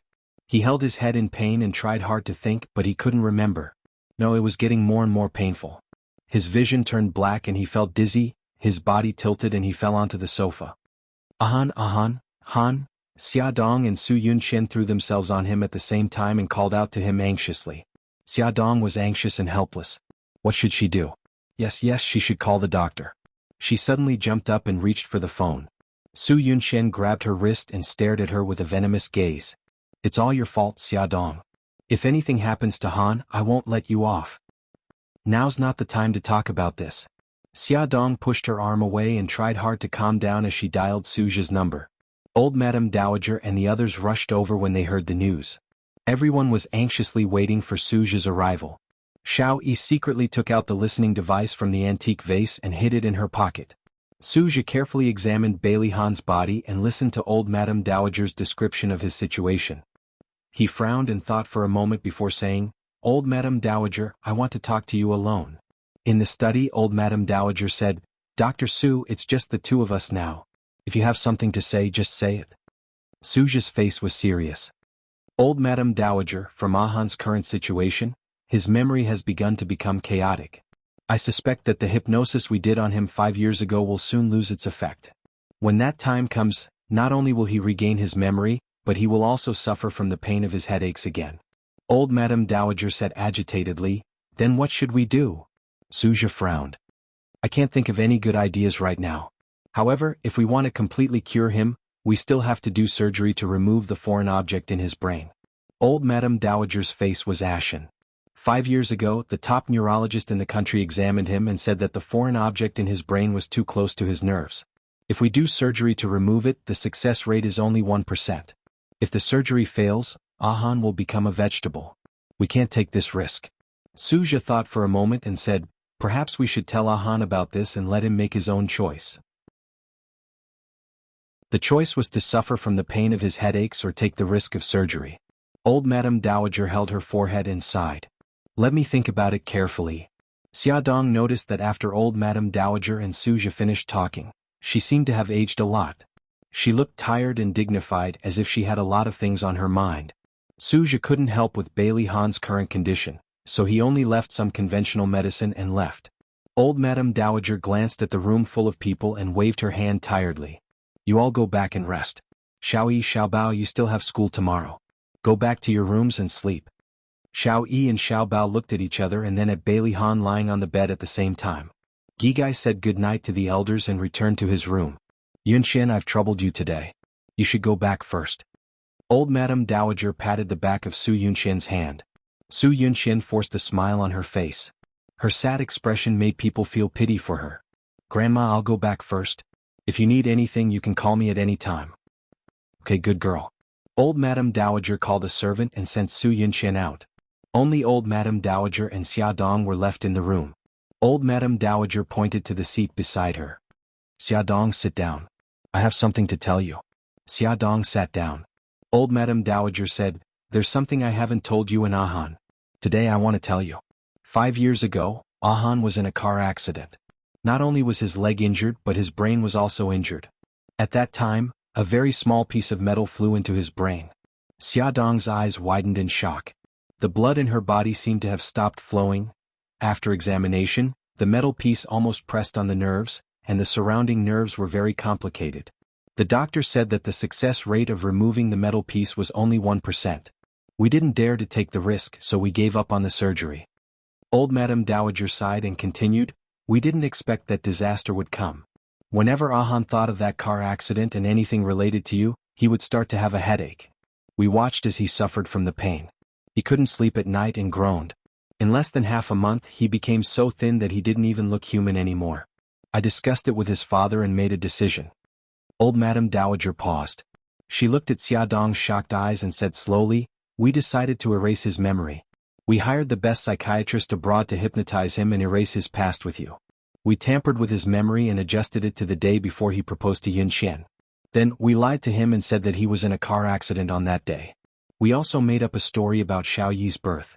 In short, we completely erased your existence from his memory." Xiaodong leaned against the sofa stiffly.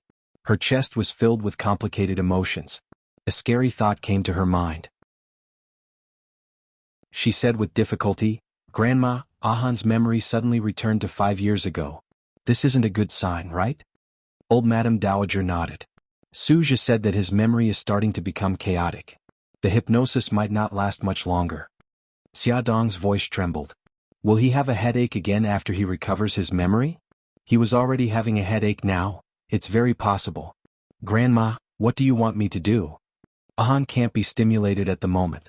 "Xiaodong, if Ahan's memory is still stuck 5 years ago after he wakes up, I hope you won't tell him the truth and don't tell him about the past. Old Madame Dowager reached out and grabbed Xiaodong's wrist. Let him go with the flow. Let him hold on for as long as he can. Tears filled old Madame Dowager's eyes. Other than this, I can't think of any other way. Xiaodong's tears fell like rain. Grandma, I understand. No matter what happens, I won't tell him the truth. I won't force him or agitate him anymore. Even if Han and Su Yunxian reconciled, even if he proposed to her, even if they wanted to get married, she wouldn't stop it because she didn't want him to suffer anymore. He had suffered enough for the past 5 years. Add Songshu 566. Chapter 199. Thank you, Xiaodong. You've been wronged? Old Madame's tears rolled down her cheeks. Xiaodong bit her lip and sobbed. For Xiaodong, this was a sleepless night. For Lin Shihao, this night had just begun. At a 5-star hotel. A medical seminar was being held here. As the main speaker, Lin Shihao spoke frankly and confidently on stage. His warm smile was like the sun shining into Bai Meiwei's heart as she sat in the first row. It was as if she was possessed. She was deeply infatuated with him and couldn't extricate herself. When the speech ended, the audience applauded. The organizer of this seminar was a government department. After the seminar ended, the staff warmly invited all the attendees to the banquet hall for a cocktail party. Lin Shihao could be said to be a young talent. He was also well known in the industry and was known as the god of gynecology. Many people in the industry came to toast him. His alcohol tolerance wasn't very good, so he would decline if he could, but if he really couldn't, he would stop after a sip. Even so, he still drank a lot of alcohol that night. By the end of the cocktail party, he was already drunk. He sat on the sofa and held his forehead. His eyes were blurry as he took out his phone to call Xueqi. However, his phone was snatched away. He narrowed his eyes and looked up. A beautiful figure stood in front of him and bent over to look at him. The person's low-cut dress revealed a deep cleavage. He closed his eyes and leaned back on the sofa. In a drunken voice he said, "Meiwei, please take me home. I'm drunk." "Okay." Bai Meiwei sat beside him and held the glass in her hand in front of him. "Senior, drink a glass of cold water first to sober up." He looked at her in a daze and couldn't even hold the glass steadily. She directly held his hand and held the glass to his lips to help him drink. Seeing him swallow the glass of water without leaving a single drop behind, a strange smile appeared in Bai Meiwei's beautiful eyes. "Senior, be careful. I'll help you back," Bai Meiwei said gently. She held his arm and helped him up from the sofa. Lin Shihao's head was getting dizzier and dizzier. He staggered and leaned all his weight on her until he completely lost consciousness and fell limply on her shoulder. A male waiter came forward and asked, "Ma'am, do you need help?" Bai Meiwei glanced at Lin Shihao, who was lying on her shoulder, and smiled. "Sorry to trouble you. I've booked room 713. "Okay." The waiter supported Lin Shihao and helped him to the elevator. Bai Meiwei leisurely followed behind. The waiter carried Lin Shihao into the room and placed him on the bed. Bai Meiwei took out a tip and said with a smile, "Thank you for your hard work." The waiter smiled politely. "You're welcome, madam. Good night." "Good night." Bang. The door closed. Bai Meiwei slowly walked to the bedside and looked down at Lin Shihao, who was in deep sleep. He had handsome features. His handsome eyebrows were relaxed, his nose was high and his thin lips were slightly pursed. She had been obsessed with that face for a long time. She bent over, her cheeks burning as she leaned against his chest. His broad chest and the steady beating of his heart made her feel at ease. He seemed to be uncomfortable from being pressed against by her. He frowned and murmured softly, "Siki, Siki ye Siki." Even when he was asleep, he still remembered her.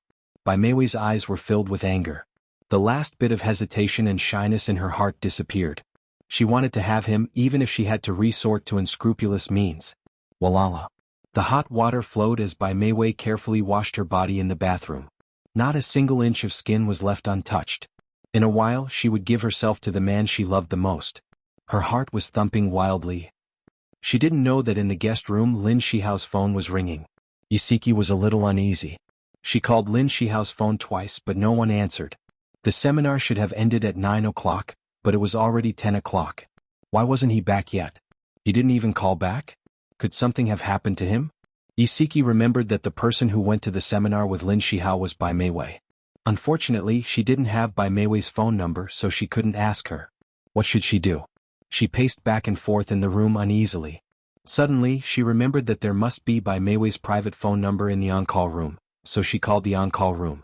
She gave a simple explanation, and the people in the on-call room gave her Bai Meiwei's private phone number. Beep beep beep. She called Bai Meiwei's phone twice but no one answered. Xueqi didn't give up and called a third time. Finally the phone was picked up. She heard a woman's languid voice. Hello, who is this? Hello, is this Dr. Bai Meiwei? That's me. Who are you? Bai Meiwei asked as she dried her hair. Xueqi paused and said, My name is Xueqi. I'm Lin Shihao's wife. I want to ask if the seminar you attended tonight has ended? Bai Meiwei's fingers tightened. After a while she laughed softly. So it's Senior's wife. The seminar has ended. Is there something you need? Old Lin hasn't come back yet and I can't get through to his phone. I'm worried that something has happened to him. Dr. Bai, do you know his situation? Bai Meiwei glanced at Lin Shihao, who was sleeping soundly on the bed. Her lips curled into a strange smile as she said lightly, I'm with Senior. Don't worry, nothing happened to him. Xueqi's anxious heart relaxed. That's good. Are you on the way back now? Bai Meiwei smiled. Yes, we're in the car. Senior said that he would send me home first. Sister-in-law, I'm sorry to have made you worry. It's okay. It's only right that old Lin send you home. Although the two of them hadn't picked up the phone for a long time, which made Xueqi feel a little strange, she didn't think too much about it. She smiled and said, Dr. Bai. But before she could calm down, the part of him that was inside her body rose up again, and another round of passion began. The next morning, the glaring sunlight shone through the window. Lin Shihao frowned impatiently. He turned over and reached out to hug the person beside him. After sleeping for a few more minutes, his head slowly cleared up. He held his forehead with one hand and muttered softly, Honey, my head hurts. The response he got was a soft sob. Lin Shihao suddenly opened his eyes. He saw a woman's naked back. Her fair skin was covered with bruises. She was curled up into a ball and sobbing softly. Her shoulders were trembling slightly. His eyes widened in shock. She wasn't his wife.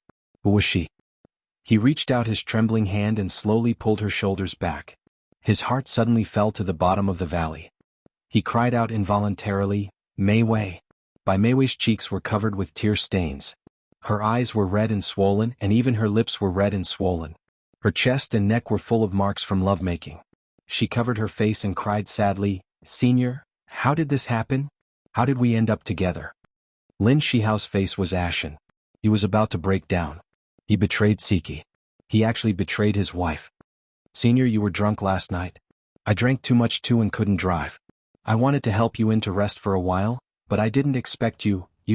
Bai Meiwei's tears kept falling. She cried until she was out of breath. Lin Shihao tried hard to remember, but his mind was blank. He had no idea what happened last night. His usually gentle face revealed a panicked expression.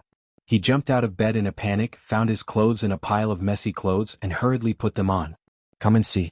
Hongcha 866.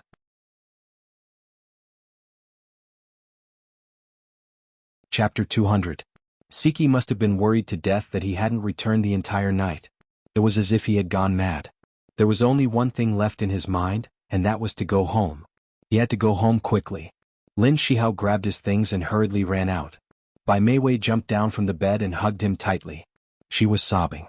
Senior, you can't leave like this. What should I do? Lin Shihao's fiery heart cooled down in an instant. He turned his head stiffly and looked at Bai Meiwei. Her eyes were red and swollen like peaches, and they were filled with tears. Her frail body was covered with marks, constantly reminding him of what had happened last night. He was like a stone statue, instantly losing his life force. Senior, Bai Meiwei threw herself into his arms, crying bitterly. He was like a walking corpse, allowing her to hug and shake him. After a long time, his consciousness gradually returned. His gaze was unfocused as it swept across the messy bed. There were still bright red marks on the sheets. He slowly closed his eyes, then slowly opened them again. With difficulty he said, Meiwei, I'm sorry. I hurt you. Bai Meiwei hugged him tightly, sobbing. Her crying made his heart hurt and confused. He helplessly patted her back. Meiwei, I'm sorry. I'm really sorry, Senior. Bai Meiwei cried for a long time before she finally raised her head. She choked out, I don't blame you. Let's just pretend that nothing happened. Lin Shihao felt extremely guilty. Meiwei, thank you. She shook her head as tears streamed down her face. Senior, I don't want to ruin your relationship with sister-in-law. I'm satisfied as long as you're happy. Let me be by your side, silently waiting for you. Lin Shihao was both touched and guilty. He hugged her tightly. Bai Meiwei wiped the tears from her face. Senior, if sister-in-law asks, just say that you were drunk last night and rested at my house for the whole night. Don't worry if sister-in-law asks, I'll help you. Thank you, Meiwei. Lin Shihao's throat moved, his voice low and hoarse. After Lin Shihao and Bai Meiwei tidied up, they walked out of the hotel one after another. He sat in the car and took out his phone. He didn't know when, but his phone had been turned off. He turned it on and saw many missed calls from Xueqi as well as text messages from her. Her concern for him were evident in every message she sent him. His heart suddenly ached and he punched the steering wheel hard. 2 drops of tears fell from the 1.8-meter-tall man's eyes. As soon as Lin Shihao inserted the key into the keyhole, Xueqi jumped down from the sofa. The moment he turned the doorknob, the door suddenly opened from the inside. Hubby, where did you go? I called you but you didn't pick up. I was so worried. Xueqi threw herself into Lin Shihao's arms. Her eyes were red, and it was obvious that she hadn't slept all night. Lin Shihao hugged her tightly and said over and over again, I'm sorry, wifey, I'm sorry. Hubby, where did you go? Did something happen? Xueqi withdrew from his arms and checked carefully. Seeing that he wasn't hurt, she relaxed a little. Lin Shihao forced a smile and hesitated for a long time before telling the lie he had made up. I'm sorry, wifey. I got drunk last night and rested at Director Bai's house for the whole night. Xueqi complained, why didn't you call me? I was about to call the police, you know? I'm sorry, wifey, I'm sorry. I fell asleep after getting in the car last night. I don't even know how I ended up at the director's house. He hugged her tightly, his heart filled with guilt. The two of them hugged for a long time before he whispered, Wifey, I'm very tired. I want to take a shower. Xueqi patted his back and said gently, Okay, I'll go turn on the hot water for you. Lin Shihao sat on the sofa dejectedly. He held his head in his hands and listened to the sound of the hot water running in the bathroom. His heart was in a mess. Guilt wrapped around him tightly and he almost couldn't breathe. Hubby, I'm done. I've put the clothes on the rack. Go in quickly. He took a deep breath and looked up slowly. He smiled gently and said, Okay. Xia Dong suddenly woke up. Her dark eyes were filled with fear, and her forehead was covered with sweat. She hurriedly put on her slippers and ran down the corridor in a panic towards Bailey Han's room. She had a nightmare. She dreamed of a grand wedding. She was wearing a beautiful wedding dress and holding flowers in her hands, waiting for the groom to hold her hand. However, after waiting for a long time, Bailey Han held Su Yunqian's arm and walked slowly to the priest. They looked at each other affectionately as if she didn't exist. She couldn't take it lying down. She pounced forward and called out Bailey Han's name. Bailey Han turned around to look at her. He suddenly held his head and howled in pain. Soon he fell to the ground and didn't move anymore. No, she wouldn't let this happen. She wouldn't. Xia Dong suddenly opened the door. Bailey Han's handsome figure was standing in front of the floor-to-ceiling window. His back was facing the window and when he heard the sound he suddenly turned around. She stared at him blankly. She wanted to call out to him but she resisted. No, she had to pretend that she didn't know him. Bailey Han's handsome face was expressionless. He walked towards her step by step, staring at her with his deep eyes. Xia Dong bit her lip and forced a smile. She stammered, Why, eldest young master? You're awake? Bailey Han's face darkened. She explained in a panic, Eldest young master, don't be angry. Old madam asked me to check if you've woken up. It's good that you've woken up. I'll leave now. She turned around to leave in case he was unhappy to see her here. However, her wrist suddenly tightened and she was pulled into his embrace. She stiffened in his embrace, not daring to speak or move for fear of agitating him. Bailey Han lowered his head to look at the stiffened woman in his arms. His face darkened even more. He frowned and his voice was cold and filled with anger. Are you that afraid of me? Xia Dong lowered her eyes and stared at his toes. She said softly, No. Then why did you run away when you saw me? Her throat tightened. You didn't want to see me. His brows furrowed and his eyes were cold. When did I say that I didn't want to see you? She felt wronged. Yesterday. Within a day he had asked her to get lost twice. Bailey Han's frown deepened. He felt uncomfortable looking at the top of her head. He reached out and lifted her chin, forcing her to look into his eyes. You haven't explained why Mika Keto kissed you. How could I not want to see you? When he woke up and she wasn't by his side, his first thought was that she had left with Mikakito. But he refused to give up, so he stood in front of the window wanting to see if she was outside. At this moment she suddenly pushed open the door and entered. Ecstasy surged into her heart, and before he could ask her to explain, she impatiently said a bunch of strange things. Xiaodong looked at him in shock. You know my Bailey Han? Bailey Han was so angry that he almost laughed. What did she mean by knowing her Bailey Han? Wait a minute. His pupils suddenly shrank. Wifey, what do you mean by that? Xiaodong had already confirmed that the person standing in front of her was the Bailey Han with normal memories. She quickly shook her head. No, I didn't mean anything. Hubby, I'll explain now. Yesterday Brother Shin asked me to go out. I was afraid that it would cause a misunderstanding, so I didn't tell anyone and went out to see him alone. Xiaodong was afraid that there would be a rift between them because of what happened yesterday, so she didn't hide anything and told him everything, including how Mikakito had forced a kiss on her. Bailey Han felt a little better knowing that she hadn't been willing to be kissed. However, his brows were still furrowed. He stroked her red lips with his fingers and said domineeringly, I'm the only one who can kiss you here. She hesitated for a moment, then stood on her tiptoes and gently kissed him on the lips. His anger suddenly dissipated, and an unnatural color appeared on his face. This was the first time she had taken the initiative to kiss him. He hugged her tightly. The moment she pulled away, he kissed her lips. As if he was punishing her, he gently bit and sucked on her lips. Xiaodong quietly leaned into his arms. She suddenly felt that this was the happiness she had been pursuing. However, this happiness was very fragile. It was like a soap bubble that only needed to be gently poked with a finger and it would burst with a bang. However, even if it was fragile, she didn't want to let go. She tightly hugged his waist and boldly expressed her feelings. Hubby, I love you. Ecstasy sprayed in Bailey Han's heart like a fountain. He had always been calm and collected, but his fingers were trembling. He hugged her tightly and said in a hoarse voice, Wifey, I love you too. Xiaodong's eyes were sore. There was a transparent liquid flowing down, but Bailey Han didn't see it. Bailey Han had woken up. The whole family was prepared to treat him like a porcelain doll, but they didn't expect that his memory would suddenly return to normal. Under the old madam's strict order, no one mentioned yesterday's incident. Bailey Han also didn't know that his memory had returned to 5 years ago. On the surface, everything had returned to normal. Only a few people who knew the inside story had a heavy heart.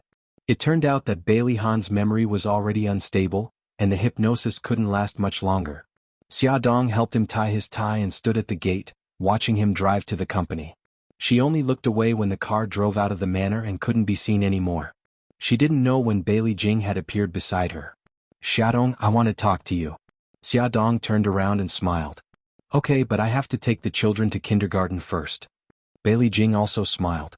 I'll go out with you. I happen to have something to do too. Xiaobao was wearing a small suit and carrying a small school bag. He ran down the stairs. Behind him, Xueqi walked leisurely with her chest out and head raised. Mom, we're ready. Let's go. Xiaobao ran to their side and only greeted Xiaodong. He ignored Bailey Jing. Obviously, he was still angry about Bailey Jing speaking rudely to his mother yesterday. Come and see. Xinwu 799.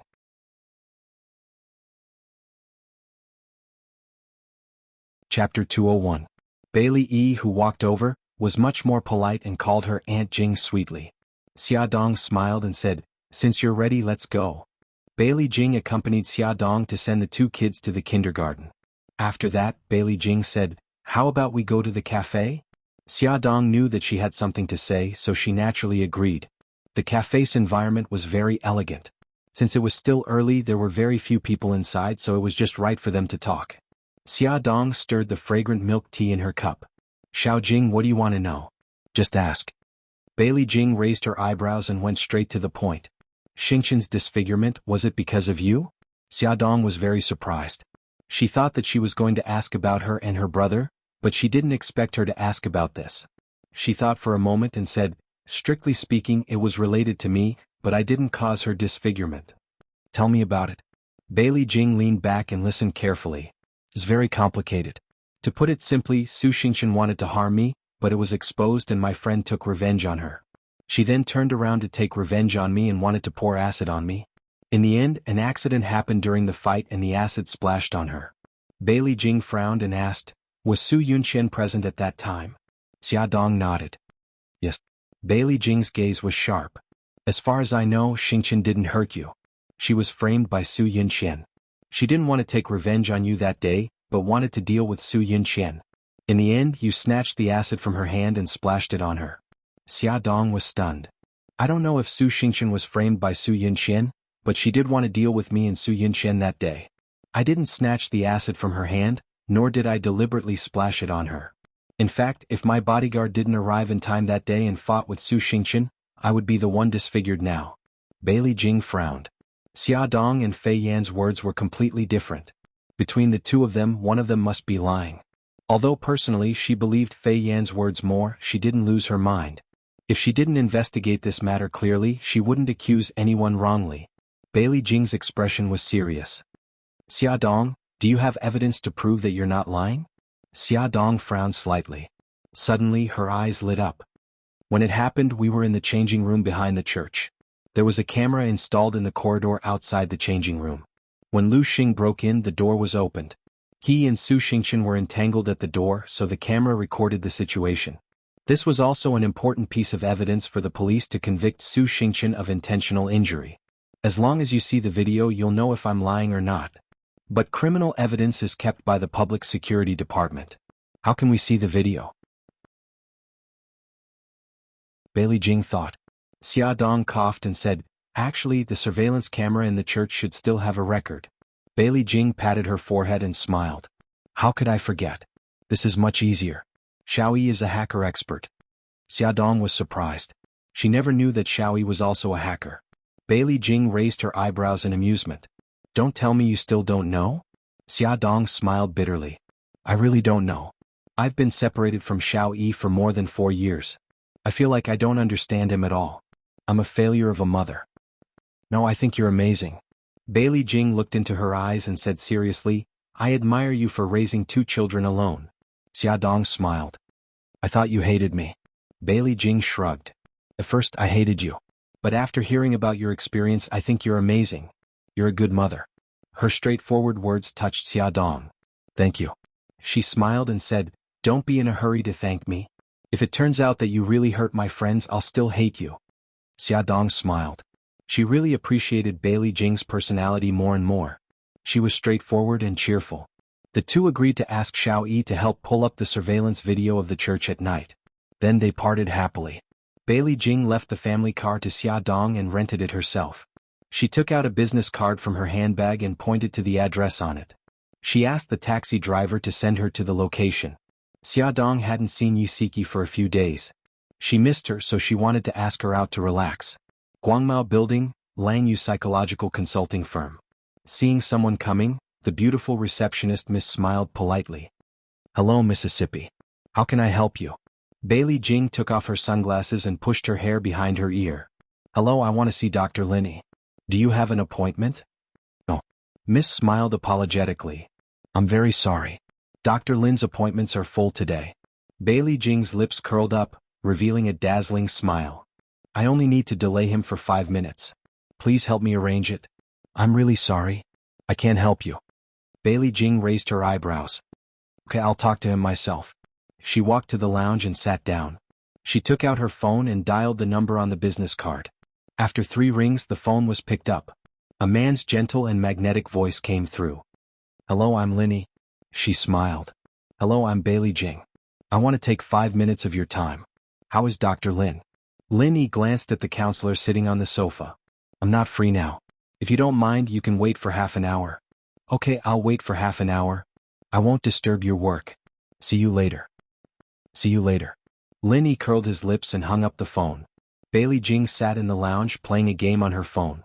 She was having a good time when she heard the door to Lin Yi's office open.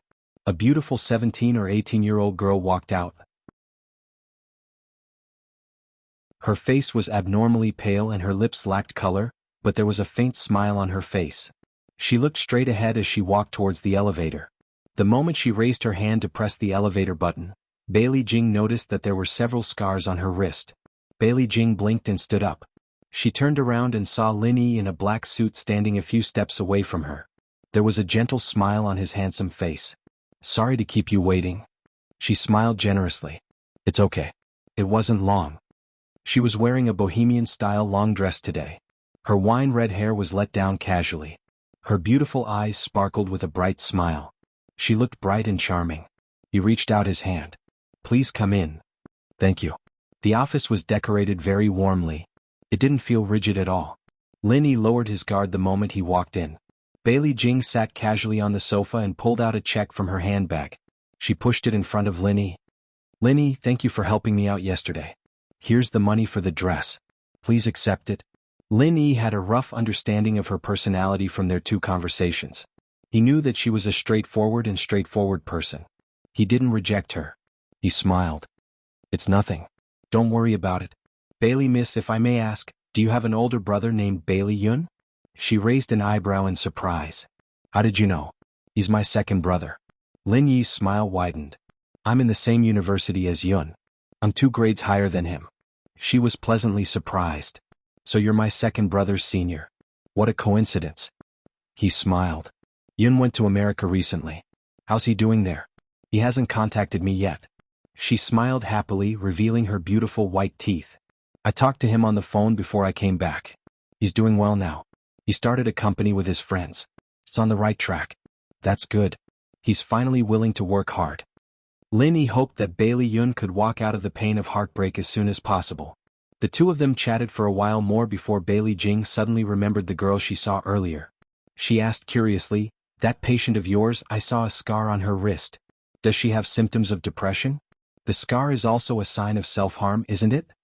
Lin Yi smiled apologetically. I'm sorry. I can't reveal anything about the patient. It was his professional ethics as a psychiatrist. Bailey Jing waved her hand embarrassedly. It's okay.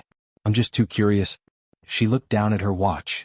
It seems like 5 minutes have passed. I won't disturb your work anymore. Goodbye. Okay. Let's talk when we have time. It was nice meeting you. She smiled and shook his hand. Me too.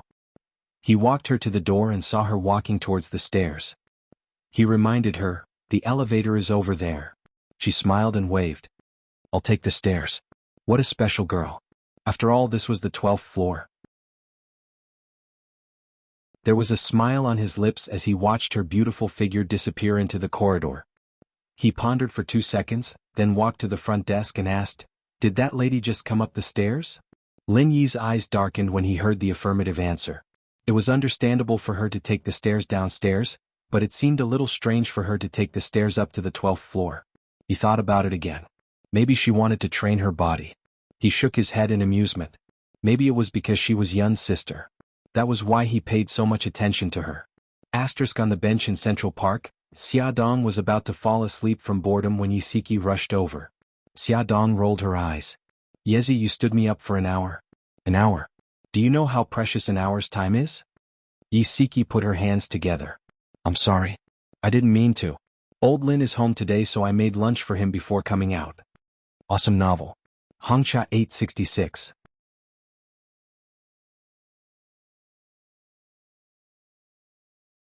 Chapter 202. Xia Dong poked her forehead in annoyance. You really treat your husband like a bodhisattva. Xueqi massaged her shoulders in an attempt to please her. Don't be angry, baby. Elder Lin had it tough too. He attended a seminar last night and got drunk. His head still hurts now. All right. Stop acting like a lackey. You scared my baby, do you know that? Xia Dong pulled her arm and made her sit beside her. She took out a tissue and handed it to her. Hurry and wipe your sweat. Your face is red from the sun. She knew that she had a sharp tongue but a soft heart. Xueqi smiled as she took the tissue and wiped the sweat off her face. Xia Dong leaned against the chair lazily. Your elder Lin attended the seminar last night. Did he go with Bai Meiwei again? Yeah. He got drunk last night and even stayed at the dean's house. The dean treats elder Lin quite well. Xueqi finished wiping her sweat and threw the tissue into the bin. Xia Dong recalled the incident where Lin Shihao and Bai Meiwei took a walk on the beach. She half joked. He dared to drink when he was with another woman? Wasn't he afraid that someone would do something to him? Xueqi knocked on her forehead. What nonsense are you talking about? Bai Meiwei isn't that kind of person. How do you know? Xia Dong looked up at her. You know Bai Meiwei very well? I can't say that I know her well. I've seen her twice. I think she's well-educated and well-mannered. She doesn't seem like the kind of woman who would do something like that. Xia Dong raised her eyebrows. Appearance doesn't explain everything. Look at Su Xingchen. Isn't he naive and cute? Can you imagine that she's actually ruthless and inhumane? Yi Siki choked on her words. Xia Dong made sense, but Yi Siki still felt that her husband was trustworthy. She believed that he wouldn't do anything to betray her. She smiled. Let's not talk about me. Why are you in the mood to stroll around today? The smile in Xia Dong's eyes gradually faded. She hugged her and said, Yezi, actually, I'm here today to seek comfort. What happened? Yi Siki patted her on the back. Xia Dong told her everything that had happened yesterday. It took her a while to react. She sighed and said, Mika Kito has loved you for 5 years. Now that you're married, it's inevitable that he'll be sad. Maybe he'll get better after some time. As for your Bailey Han, I don't know what to say. You don't have to say anything. I just wanted to talk to you. I'm fine now. Everything is fine. Xia Dong let go of her and grinned. She felt much better after saying it out loud. She was filled with courage, the courage to face the future. Yi Siki teased her, that's good. You're a cockroach that won't die.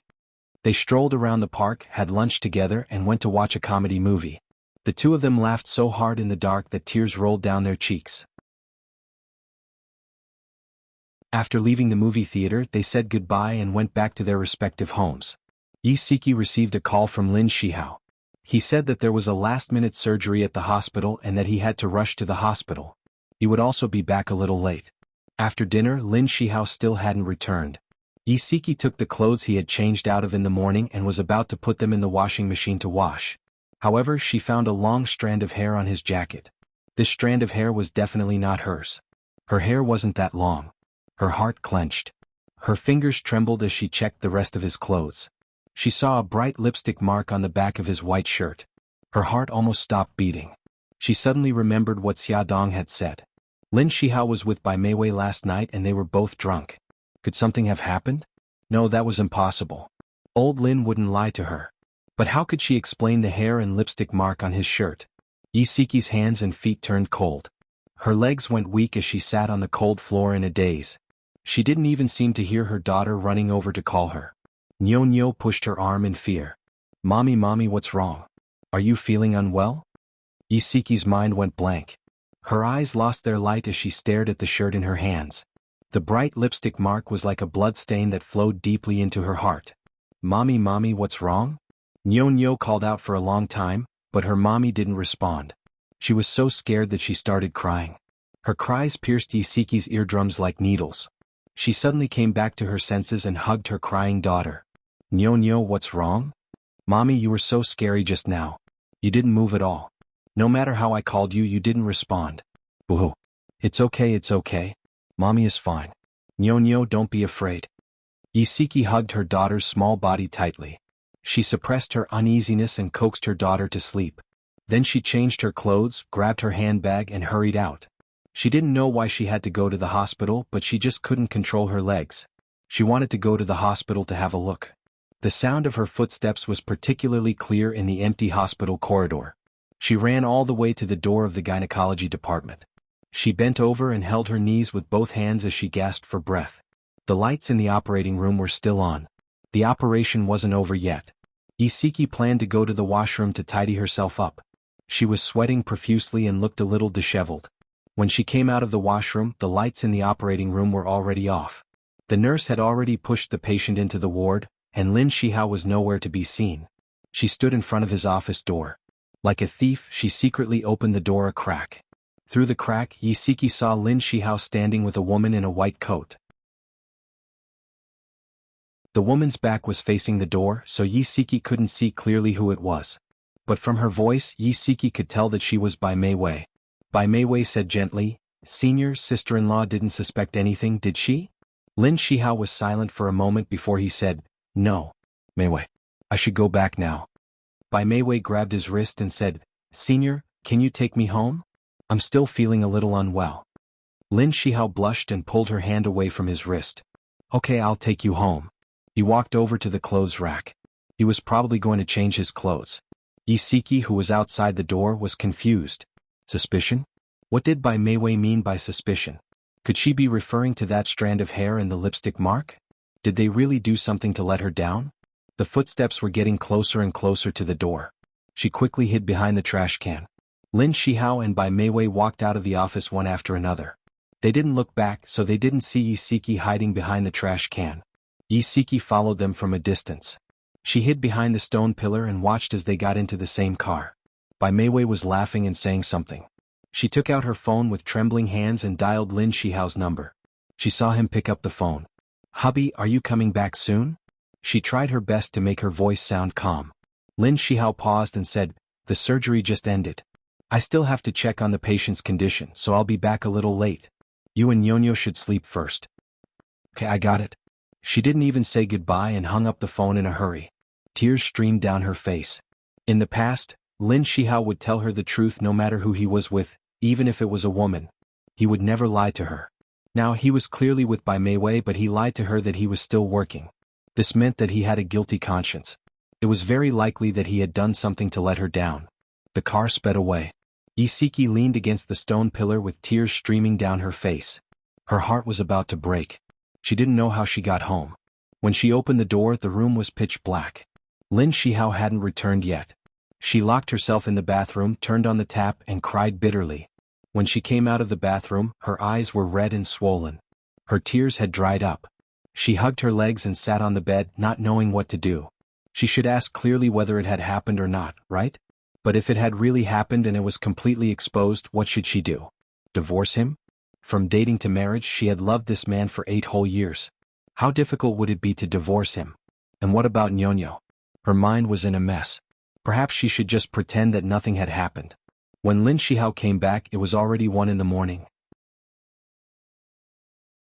When Xueqi heard him open the door, she pretended to be asleep and turned with her back to the door. After he finished showering, he quietly climbed into bed. If it was in the past, he would have pulled her into his arms and hugged her to sleep. But this time he didn't. Xueqi felt that her back was empty. It was only September, but it was bone-chillingly cold. The next morning, Xueqi specially wore a new dress that she had bought a few days ago and put on light makeup. When she sent Lin Shihao and Nyonyo out, she smiled brightly and waved her hand to ask him to drive carefully. Lin Shihao was full of guilt towards her. His eyes flickered as he hurriedly said goodbye and carried Nyonyo into the car. "Aya, Nyonyo's mother, you went downstairs to send Nyonyo's father to work again. You two are really loving." The neighbor upstairs saw Xueqi and laughed teasingly. Xueqi forced a smile and said, "No, Sis Wu, don't laugh at me." Sis Wu smiled and said, "You're wearing a new dress today and even put on makeup. Xueqi, you look really beautiful when you're dressed up. You should dress up more. You look so good now. You'll charm everyone when you go out." Xueqi's heart sank. So, unknowingly, she had already become a haggard old woman. Her smile became even more forced. Even Sis Wu could tell that she had specially dressed up today. But old Lin didn't have any reaction. He wasn't like this in the past. Did he not love her anymore? After going upstairs and thinking for a long time, she couldn't help but ask for Xiaodong's opinion. At this moment, Xiaodong was sitting in the car and sending Xueqi and Xiaobao to kindergarten. When she received a call from Xueqi, she smiled and said, "Yezi, what's the matter?" Attention Xingwu 799.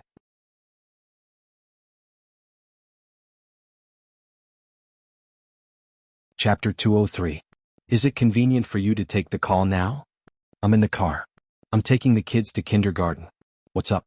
Xueqi paused for a moment. Call me when you're free. I'll wait for your call. Oh, okay. Xiaodong had never heard her so depressed before. She had a bad feeling about this. 10 minutes later, Xiaodong took the kids to kindergarten. She found a quiet spot in the school and sat under the shade of a tree to call Xueqi. Xueqi sounded depressed. Xia, I suspect that old Lin is having an affair. Xiaodong had actually been worried about this for a long time. When she heard what Xueqi said, she was not shocked. Instead, she was very calm. Yezi, we all know what kind of person old Lin is. Let's get to the bottom of this first. Maybe it's not what you think. Xia, I found a long strand of hair on his shirt. There was also a lipstick mark on the back of his shirt. Xueqi began to sob. Also, I followed him to the hospital last night and found out that he was very intimate with Bai Meiwei. Xiaodong frowned. Wait, I think something is wrong. Why would there be a lipstick mark on his back? Xueqi cried even louder. Maybe she hugged him from behind and left it there. Xiaodong's heart ached as she said, Yezi, don't cry. How about this? Let's talk when we meet up. I'll go to your house right away. Xiaodong rushed over to Xueqi's house without stopping. Xueqi's eyes were red and swollen. Even though she had put on some light makeup, it could not hide the sadness on her face. Xiaodong's heart ached for her. Without another word, she hugged her tightly. Tell me first what's going on. Xueqi told her in detail about Lin Shihao not coming home all night and how she found out about his whereabouts. After hearing this, Xiaodong frowned and asked, Old Lin said he was staying at the hospital director's house. Did you ask the director? No. Do you know the dean's home phone number? Xiaodong decided to get to the bottom of this. Xueqi flipped through the phone book for a long time and found the director's home phone. Xiaodong gestured for her to call it. It was the headmaster's servant who answered the call. Xueqi asked a few simple questions and found out what had happened. Lin Shihao did not sleep at the headmaster's house that night, and Bai Meiwei did not return home that night either. So, were they really together that night? Xueqi was on the verge of breaking down. Don't worry.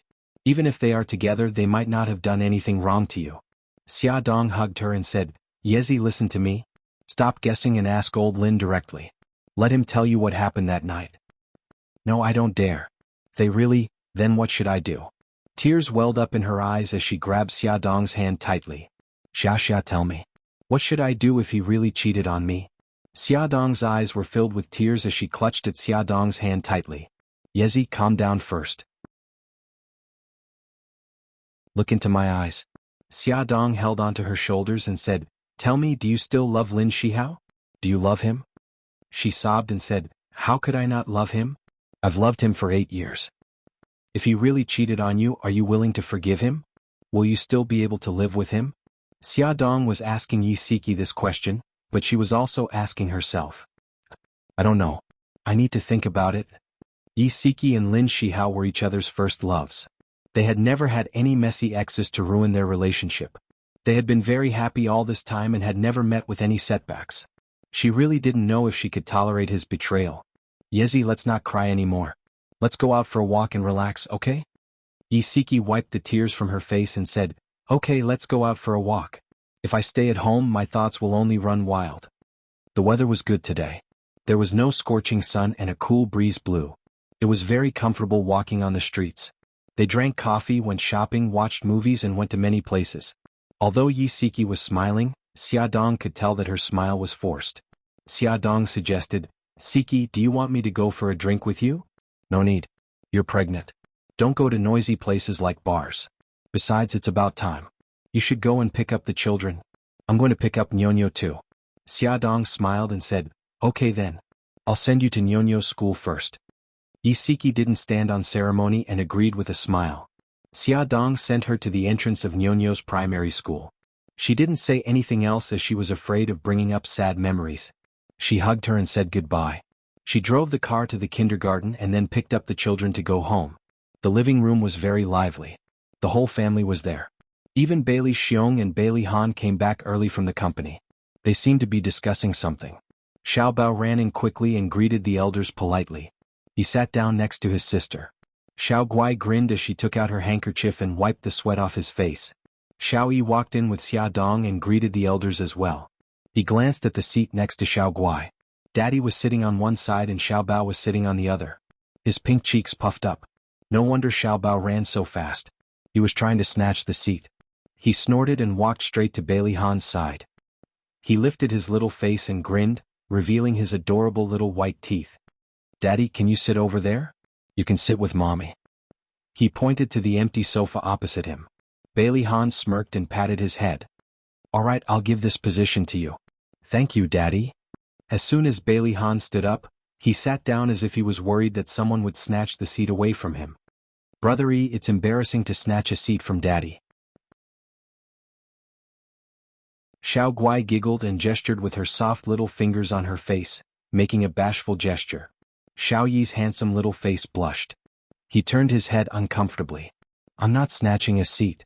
I'm creating an opportunity for Daddy and Mommy to be together. Xiaobao came over and smiled mischievously. Gigai, don't believe him. He's lying. Xiaoyi glared fiercely at Xiaobao. He put his face in front of Xiaoguai and whined, Gigai, I have sweat on my face too. Okay. Brothery, I'll help you wipe it off. Xueqi took out her handkerchief and wiped his sweat earnestly. The family couldn't help but laugh. After all this time, Xiaobao and Xueqi were fighting over Xueqi. Ever since the family had 3 Xiaobao, there was a lot more laughter in the house. The old madam's eyes were smiling. She looked away from the children and focused on Xiaodong. Xiaodong, our family is gathered here today to discuss your wedding with Ahan. Ahan wants to set the wedding for next week. What do you think? Xiaodong looked at Bailey Han in surprise. Seeing his smile, she was touched, but she looked at the old madam worriedly. Grandma, is it really appropriate to rush the wedding? The old madam knew what Xiaodong was worried about. She had tried to persuade Bailey Han to postpone the wedding, but he disagreed and insisted on holding it as soon as possible. The old madam smiled. Our whole family has agreed.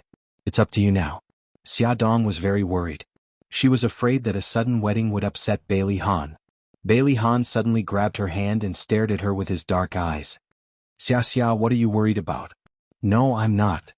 Then why don't you agree to hold the wedding? He tightened his grip on her hand. Mikakito was back. He felt a sense of crisis. He had to announce to the world that Xiaodong was his wife as soon as possible. It's not that I don't agree. She didn't know how to say it. You're just starting to hesitate. Do you regret marrying me? His voice turned cold. She quickly said, I don't. I've never regretted marrying you. Don't be agitated. Then let's hold the wedding. He held her shoulders and announced domineeringly. Okay. She had no way to disobey him. The whole family happily decided which church to hold the wedding in, which hotel to hold the banquet in, and even where to go for the honeymoon.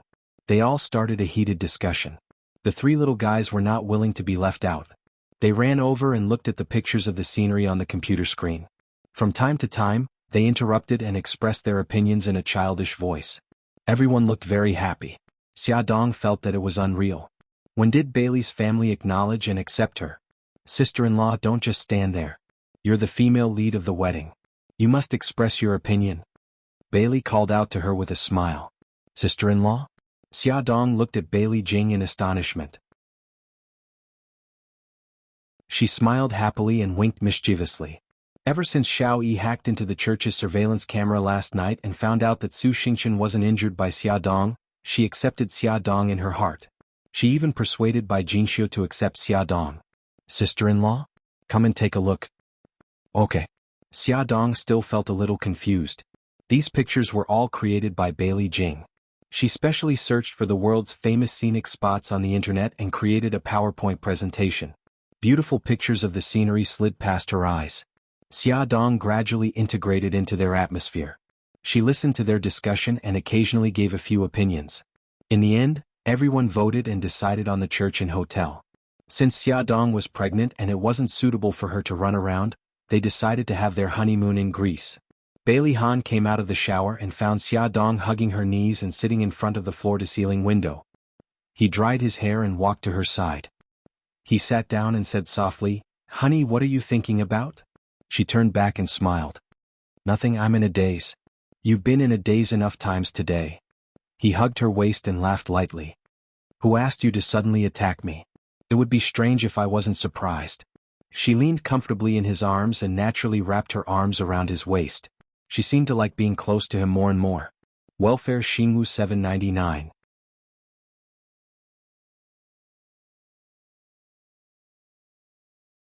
Chapter 204. Bailey Han gently stroked her long hair. You look a little unhappy. Is there something on your mind? Xiaodong's body stiffened. She chuckled and said, I was too happy. I didn't expect you to hold a wedding. Silly. Bailey Han kissed her cheek and said gently, I want to marry you before the child is born.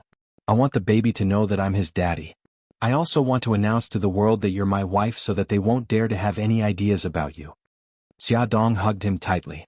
She had to admit that at this moment she was touched by his words. Bailey Han's hands tightened around her. He lowered his head and kissed her neck. Gradually he moved up to her ear and whispered hoarsely, Wife, I want you. He sucked on her earlobe and gently licked it. Xiaodong's face heated up and her heart was about to jump out of her chest. Her voice trembled uncontrollably. I am pregnant. I know. He kissed her gently. His hot hand reached into her waist. We can sleep together when you're 3 months pregnant. Also, I'll be very careful. He lifted her head. Her blushing face turned even redder under his scorching gaze. He kissed her lips and whispered stubbornly, "Wife, I want you." From the time they registered their marriage until now, even if they slept on the same bed, nothing had happened. Every night, he hugged her soft and fragrant body to sleep. One could imagine the torture he had endured. He had endured for a long time. She had no reason to reject him. She shyly lowered her eyes and put her hands around his neck. She used her actions to express her intentions. The corners of Bailey Han's lips curled up. He carried her from the ground to the bed and kissed her lips with his slightly cold lips. The kiss was soft and gentle, imprisoning her in his arms. She didn't know when, but his hands had already taken off her pajamas. Her half-naked shoulders were smooth and white, and they shone charmingly under the light. She leaned against his broad chest, her hands unconsciously grabbing onto his robe. His voice was low and husky with a bewitching sexiness. "Wife, help me take off my clothes." She reached out with trembling fingers and tugged at the belt of his bathrobe. With a gentle tug, his firm chest entered her line of sight. His figure was very good. His muscles were well defined and there wasn't a single piece of fat. His hands kneaded her softness, and his lips and tongue wandered over her neck, earlobe, and collarbone. His movements were gentle, and a flame gradually ignited in her body. Her hands could not help but hook around his neck. The gentler his movements were, the more vigorous the flame in her body burned. A sense of emptiness and eagerness wrapped around her. Xiaodong wanted to cry. Could she run away now? The answer was obviously no. Xiaodong overcame the shame in her heart. Her movements were extremely slow. Bit by bit it was a form of torture. He gritted his teeth and endured it, going along with her rhythm. Half an hour later. "Hubby, I can't take it anymore." "Not yet. Wait a little longer." Another half an hour later. Huff. She was so tired that she had fallen asleep. Bailey Han's face darkened. The little woman in his arms had actually fallen asleep. It turned out that he was very capable and annoying. He felt so defeated. In the dream, someone's arm unconsciously hit him and with a "pa" sound, it landed on his bare chest. His eyes gradually overflowed with a smile, and he tightly held her in his arms. This cute little woman was his wife, the person he would protect for the rest of his life. Lin Shihao returned late again. He had just finished a 3-hour operation. When he opened the door, he looked exhausted. He saw Xueqi curled up on the sofa with her head down and hugging her knees. She looked so small and lonely. He quickly walked over and sat beside her. He put his arm around her shoulders and asked, "Honey, what's wrong?" Xueqi looked up. Her eyes were a little red. She squeezed out an ugly smile and said, "Hubby, you're back." "What's wrong? Are you feeling unwell?" Lin Shihao touched her forehead. "I'm fine." She pulled his hand down and said in a low voice, "Hubby, I want to ask you a question." After parting ways with Xiaodong in the evening, she thought about a lot of things on the way back. In the end, she decided to ask him clearly. She didn't want to be confused, worried, and in pain anymore. He held her hand tightly. He was a little nervous, but there was a gentle smile on his face. "What do you want to ask?" Her eyes were unfocused as she stared at a spot on the coffee table. She asked calmly, "Did something happen that night when you attended the seminar with Bai Meiwei?" His heart skipped a beat. His smile froze. After a while he asked, "Honey, what do you mean by that?" Her expression was still calm. "I asked Bai Meiwei about it. She said that you didn't stay overnight at Bai Meiwei's house that night, and Bai Meiwei didn't go back either. Something really happened. I want to know the truth." His throat felt as though it was stuffed with cotton. He couldn't say a word. Her voice was so calm as she recounted slowly, "I found a long strand of hair on your clothes. I also found a lipstick mark on your shirt. Don't you want to explain?" "Honey, listen to me." Lin Shihao, who didn't change his expression in the face of death, suddenly panicked. His hands held Xueqi's shoulders tightly as he said agitatedly and guiltily, "Honey, I was drunk that night. I mistook Bai Meiwei for you. Honey, please forgive me. I really didn't do it on purpose." Her heart seemed to have stopped beating. At that moment she couldn't even feel any pain. She was like a puppet being shaken by his hands. Her gaze was unfocused as she stared at his face in a daze. However, she couldn't see the expression on his face clearly. "Honey, what happened to you? Don't scare me." She instantly lost her life under his hands. He shook her shoulders in fear. "Honey, come back to your senses. Don't scare me." Her gaze finally focused and regained a trace of clarity. She grinned and revealed a bleak smile. Honey, what do you want to do? Do you want to be responsible for her? No, Xueqi. I told Mei Wei that it was just a misunderstanding. Let's pretend that nothing happened. Lin Shihao hugged her tightly, his fingers trembling. She had really scared him just now. Nothing had happened. It was easy to say, but all the damage had been done. Even if he was drunk, even if he didn't do it on purpose, his adultery had left a very deep wound in her heart. It was possible that she wouldn't be able to fill it in this lifetime. Honey, let's start over, okay? He held her face, his eyes uneasy and his tone full of pleading. This wasn't the Lin Shihao she knew. The Lin Shihao she knew was proud and complacent. Her already scarred heart couldn't help but ache for him. Honey, let's start over for Nyonyo, okay? He held her hand very tightly, as if he was afraid that she would suddenly pull away and leave. Her heart ached even more. She reached out her left hand and caressed his handsome face. After a long while she spat out a word. Okay. Honey, I promise that this will never happen again. I will go home early and love you well. He suddenly pulled her into his arms.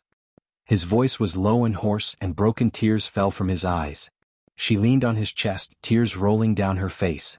Although she had decided to forgive him and start over, Xueqi still had a knot in her heart. When they were sleeping at night, Lin Shihao wanted to hug her in his arms, just like he had done for the past 7 years. However, she subconsciously reached out her hand to block him. By the time she reacted, a hurt expression had already appeared in his eyes. She smiled stiffly and took the initiative to lean against him. She reached out her hands and hugged his waist, leaning into his embrace. She tried to cover up her subconscious feelings of resistance, but unfortunately her stiff posture and body told her everything. Lin Shihao's heart ached and he felt guilty. He could only hug her tightly and try to heal all the scars with time. Powerful novel Xinwu 799.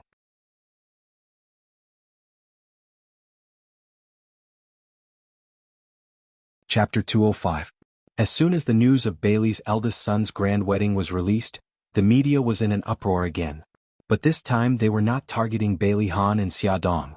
Instead they were focusing on Su Yunxian and Mika Keto.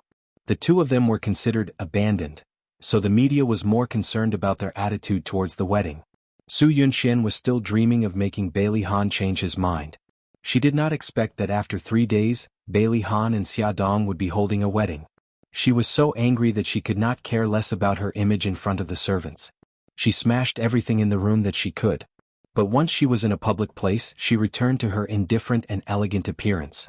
She was high above the masses and above the common populace, as if she had never been abandoned. As for Mika Keto, he was very secretive.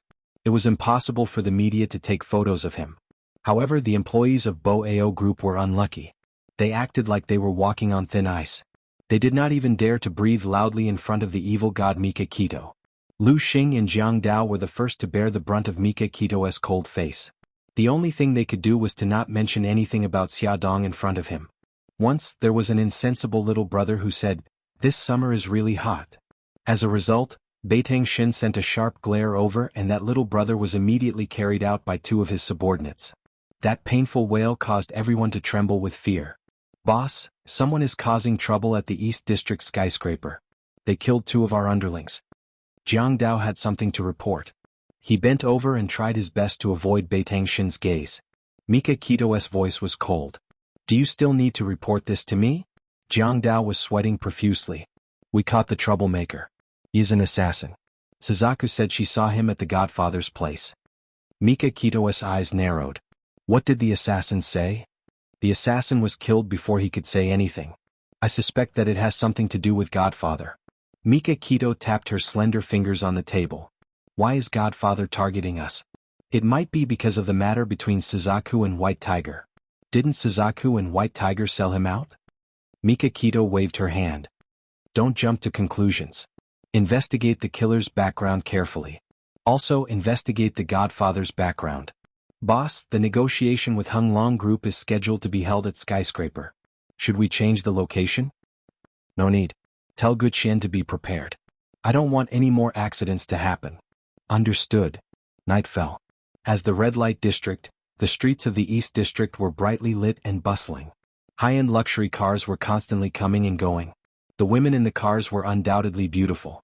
2 limited edition Maybachs slowly drove in, attracting the attention of many people on the street. The Maybach stopped at the entrance of the most luxurious entertainment club, Skyscraper. There were 2 rows of staff standing at the entrance of Skyscraper, ready to welcome the guests. The people in the first car got out first. 4 men in black suits stood beside the second car. Jiang Dao got out of the passenger seat of the second car and walked to the back seat with steady steps. He opened the door gracefully. "Boss." Mika Kito stepped out of the car. His black suit accentuated his tall figure. His nose bridge was high, his thin lips were slightly pursed, and his sharp black eyes carried a dangerous message. The sound of footsteps could be heard as he walked toward the door. The staff on both sides immediately felt a strong oppressive aura. They all held their breaths and did not dare to breathe loudly. A graceful beauty in a cheongsam greeted him. She was the boss of Skyscraper, Xueqi. She smiled heartily and said, "Boss, please come in." Mika Kito was expressionless. He replied indifferently, Jiang Dao stepped forward slightly and whispered a few words in Guqian's ear. Guqian raised her delicate eyebrows slightly and then nodded. The 4 men in black behind Jiang Dao immediately rushed into Skyscraper. About 5 minutes later, the man in the lead came in front of Jiang Dao. He bowed respectfully and said in Japanese, "Hall Master, there are no suspicious people or surveillance devices inside." Jiang Dao nodded slightly and turned his gaze to Mika Kito, waiting for his instructions. "Boss." Mika Kito did not say anything and walked straight in. As Mika Kito was decisive and ruthless, he had made many enemies in a city. Even though he was in his own territory, he had to be careful. Skyscraper was Yamaguchi-gumi's property. Outsiders did not know this. Mika Kito arranged for important negotiations to be held here because of this reason. Guqian followed beside him and said with a smile, "Boss, Sheng Guanbo is already in your VIP reception room." Mika Kito replied indifferently, Sheng Guanbo was the CEO of Honglong Group. He was 50 years old this year. Due to the financial crisis, his company was now in a state of loss. 2 days ago, he took the initiative to contact Mika Kito to discuss the acquisition of his company. "Brother Baiting, I've been waiting for a long time." Sheng Guanbo saw Mika Kito coming in. He stood up with a smile and stretched out his hands to greet him. "Sorry to keep you waiting."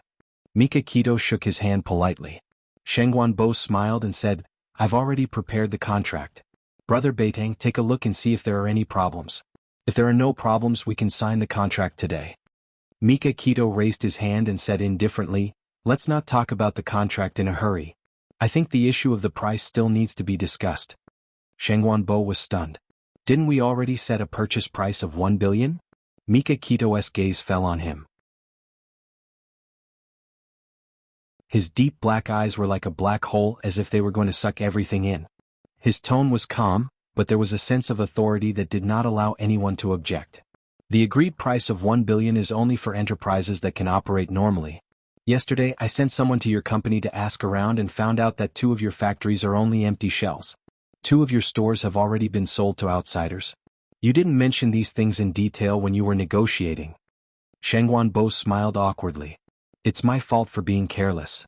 Mika Kito leaned back and said indifferently, "Given the current situation of your company, I can only invest 500 million.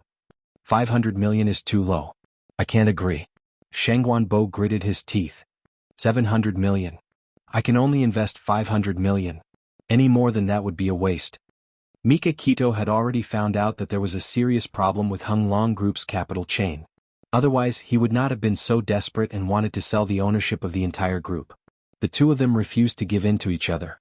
Sheng Guanbo's expression turned ugly when the negotiation failed. He gritted his teeth and said, "I have to go back and discuss this with the board of directors." 3 days. I'll only wait for 3 days. Mika Kito stood up and put his hands leisurely in his trouser pockets. His expression was as indifferent as ever.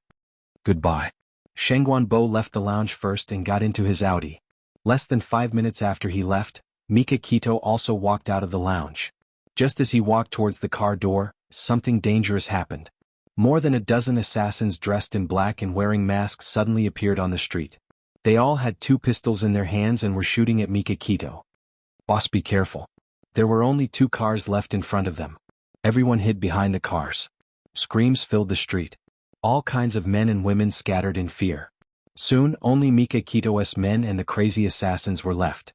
Jiang Dao quickly took out his pistol and shot at the assassins. "Boss will cover you. You take the opportunity to retreat into the lounge." Mika Kito's hawk-like eyes scanned the surroundings and said coldly, "It's too late. Get in the car." The assassins had already surrounded them from behind. Their only escape route was the car. The bodyguard behind Mika Kito had already been shot. He urged Mika Kito and the rest to leave quickly in Japanese. He clutched his chest and managed to hit 2 assassins. Then he fell to the ground and died on the spot. Mika Kito glanced at his loyal men and ordered the rest to retreat. He quickly jumped into the car. The bulletproof glass temporarily blocked the bullets and the car sped off. The assassins also got into the car and chased after them. Soon, Beitang Shin's 2 cars arrived at a deserted street. The atmosphere here was a little strange and it was abnormally quiet. Mika Kito's heart skipped a beat and realized something was wrong. He turned the steering wheel and wanted to drive the car in another direction. Suddenly, a familiar Audi sped from that direction. He had no time to think and rushed towards the Audi. The moment he brushed past the car, the Audi suddenly swerved and blocked the middle of the road. Beitang Shin slammed on the brakes but he still hit the car. The huge impact made the people in the car suddenly fall forward. Fortunately there were no casualties. Jiang Dao rolled up the car window and shouted at the Audi. "The car in front, get out of the way." Beitang Shin saw the driver of the Audi raise his hand and pressed Jiang Dao down. The 2 of them lowered their heads together. Bang! A gunshot was heard. The bulletproof glass was almost shot through. The bullet was only 0.1 millimeters away from entering the car. Jiang Dao's heart skipped a beat. "Boss, that looks like Sheng Wanbo's car." Mika Kito said coldly, "That's right. We have fallen into a trap. Quickly inform our brothers at the headquarters to come to our rescue." The car behind them would catch up in 2 minutes. They had to leave this place quickly. Suddenly, the sound of footsteps came from the empty street, followed by intense gunfire. The Maybach's tires were shot and could no longer start. Mika Kito and the rest had to sneak out of the car from another direction. They retreated into the alley while defending themselves. From the gunfire, there were at least 15 people on the other side. On their side, there were only 5 survivors. There was a huge disparity in strength between the 2 sides. It was only a matter of time before they could not defend themselves. Suzuka did not expect to receive Jiang Dao's distress signal at this time. Moreover, the location of the incident was very close to where she was now. Attention Xingwu 799, that you're tuning in to the Sword Dance in the Vast Sky YouTube channel. Don't forget to subscribe and join us on this journey to catch the most captivating stories.